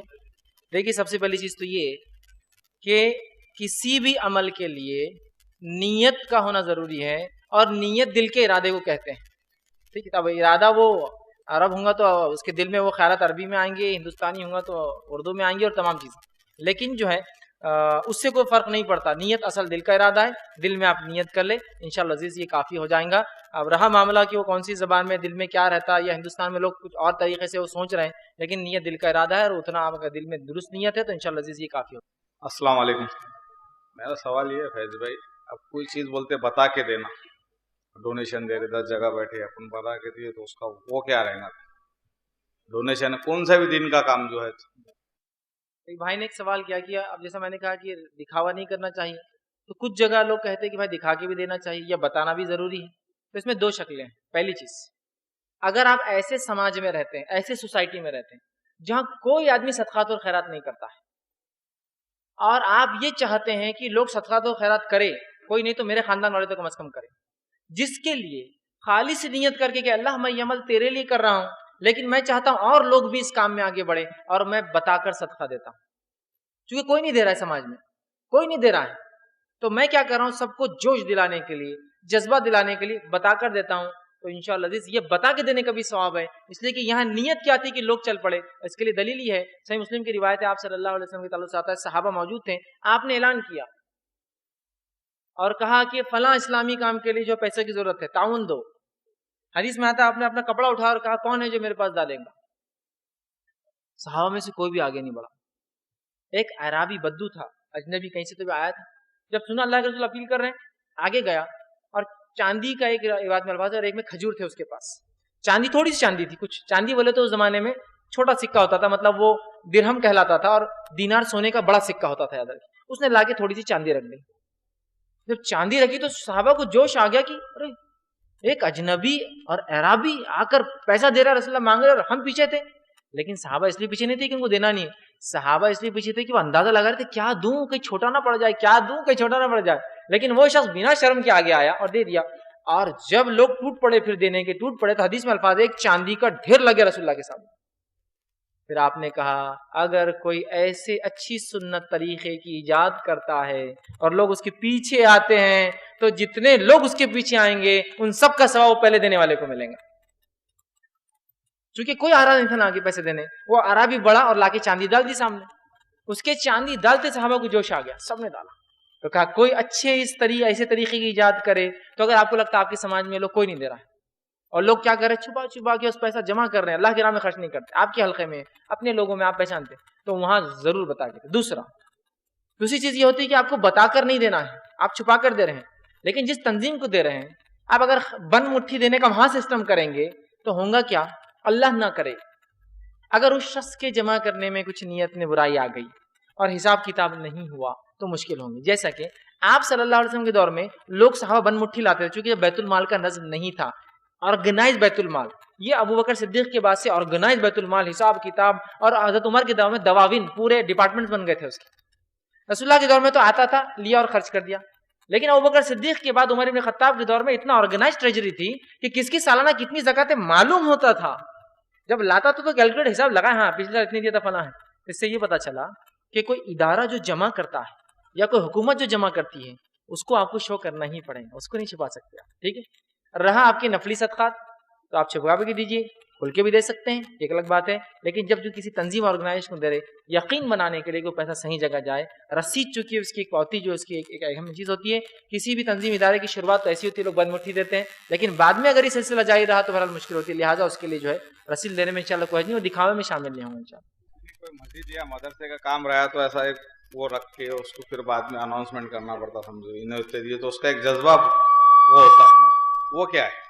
بھائی نے سوال کیا کہ کوئی مسجد مدرسے کو دے تو کچھ لوگ اعلان کرتے ہیں اور اعلان کر کے بتاتے ہیں کہ فلاں صاحب نے فلاں دیا، تو میں وہی کہہ رہا ہوں اگر دینے والے کی یہ نیت ہے کہ میرے بولنے سے کہ فلاں صاحب نے یہ دیا تو دوسرے صاحب بھی جوش میں ارے میرے بھائی نے اتنا دیا چلو لے، تو اس میں کوئی حرج نہیں، اس لیے کہ دینے والے کی نیت تھی لوگوں کو جوش میں لائے اور لوگ آگے بڑھے، کوئی حرج نہیں اس کے اندر، اور اگر وہ شخص بھی جو اس کے بولنے پر دے رہا ہے اعلان کے بعد اس کی نیت میں بھی کوئی خرابی نہیں ہے، اس لیے کہ اس کو غیرت آ گئی پھر، اور اس نے اللہ کے لیے اگر وہ کام کیا انشاءاللہ تو اس کو بھی اجر ملے گا اور اس کو بھی اجر ملے گا اس کا۔ میرا سوال اخلاص کے تعلق سے ہے، جو ہم لوگ کا بھی آپ نے تقریر کی، کیا یہ ہمارا اخلاص نہیں ہوگا کہ ہم کسی ایسے شخص کی ہمت افزائی کریں جو عین وقت پر کسی کی جان بچائے، جو ایک بڑا حادثہ ہونے سے بچا دے؟ بھائی نے بہرحال سوال کیا کہ اگر کوئی ایسا شخص ہو جس نے کسی کے لیے کسی کی جان بچائی یا کوئی بڑے حادثے سے کسی معاملے کو ٹال دیا تو کیا یہ اخلاص نہیں ہوا کہ اس کی جو ستائش کی جائے؟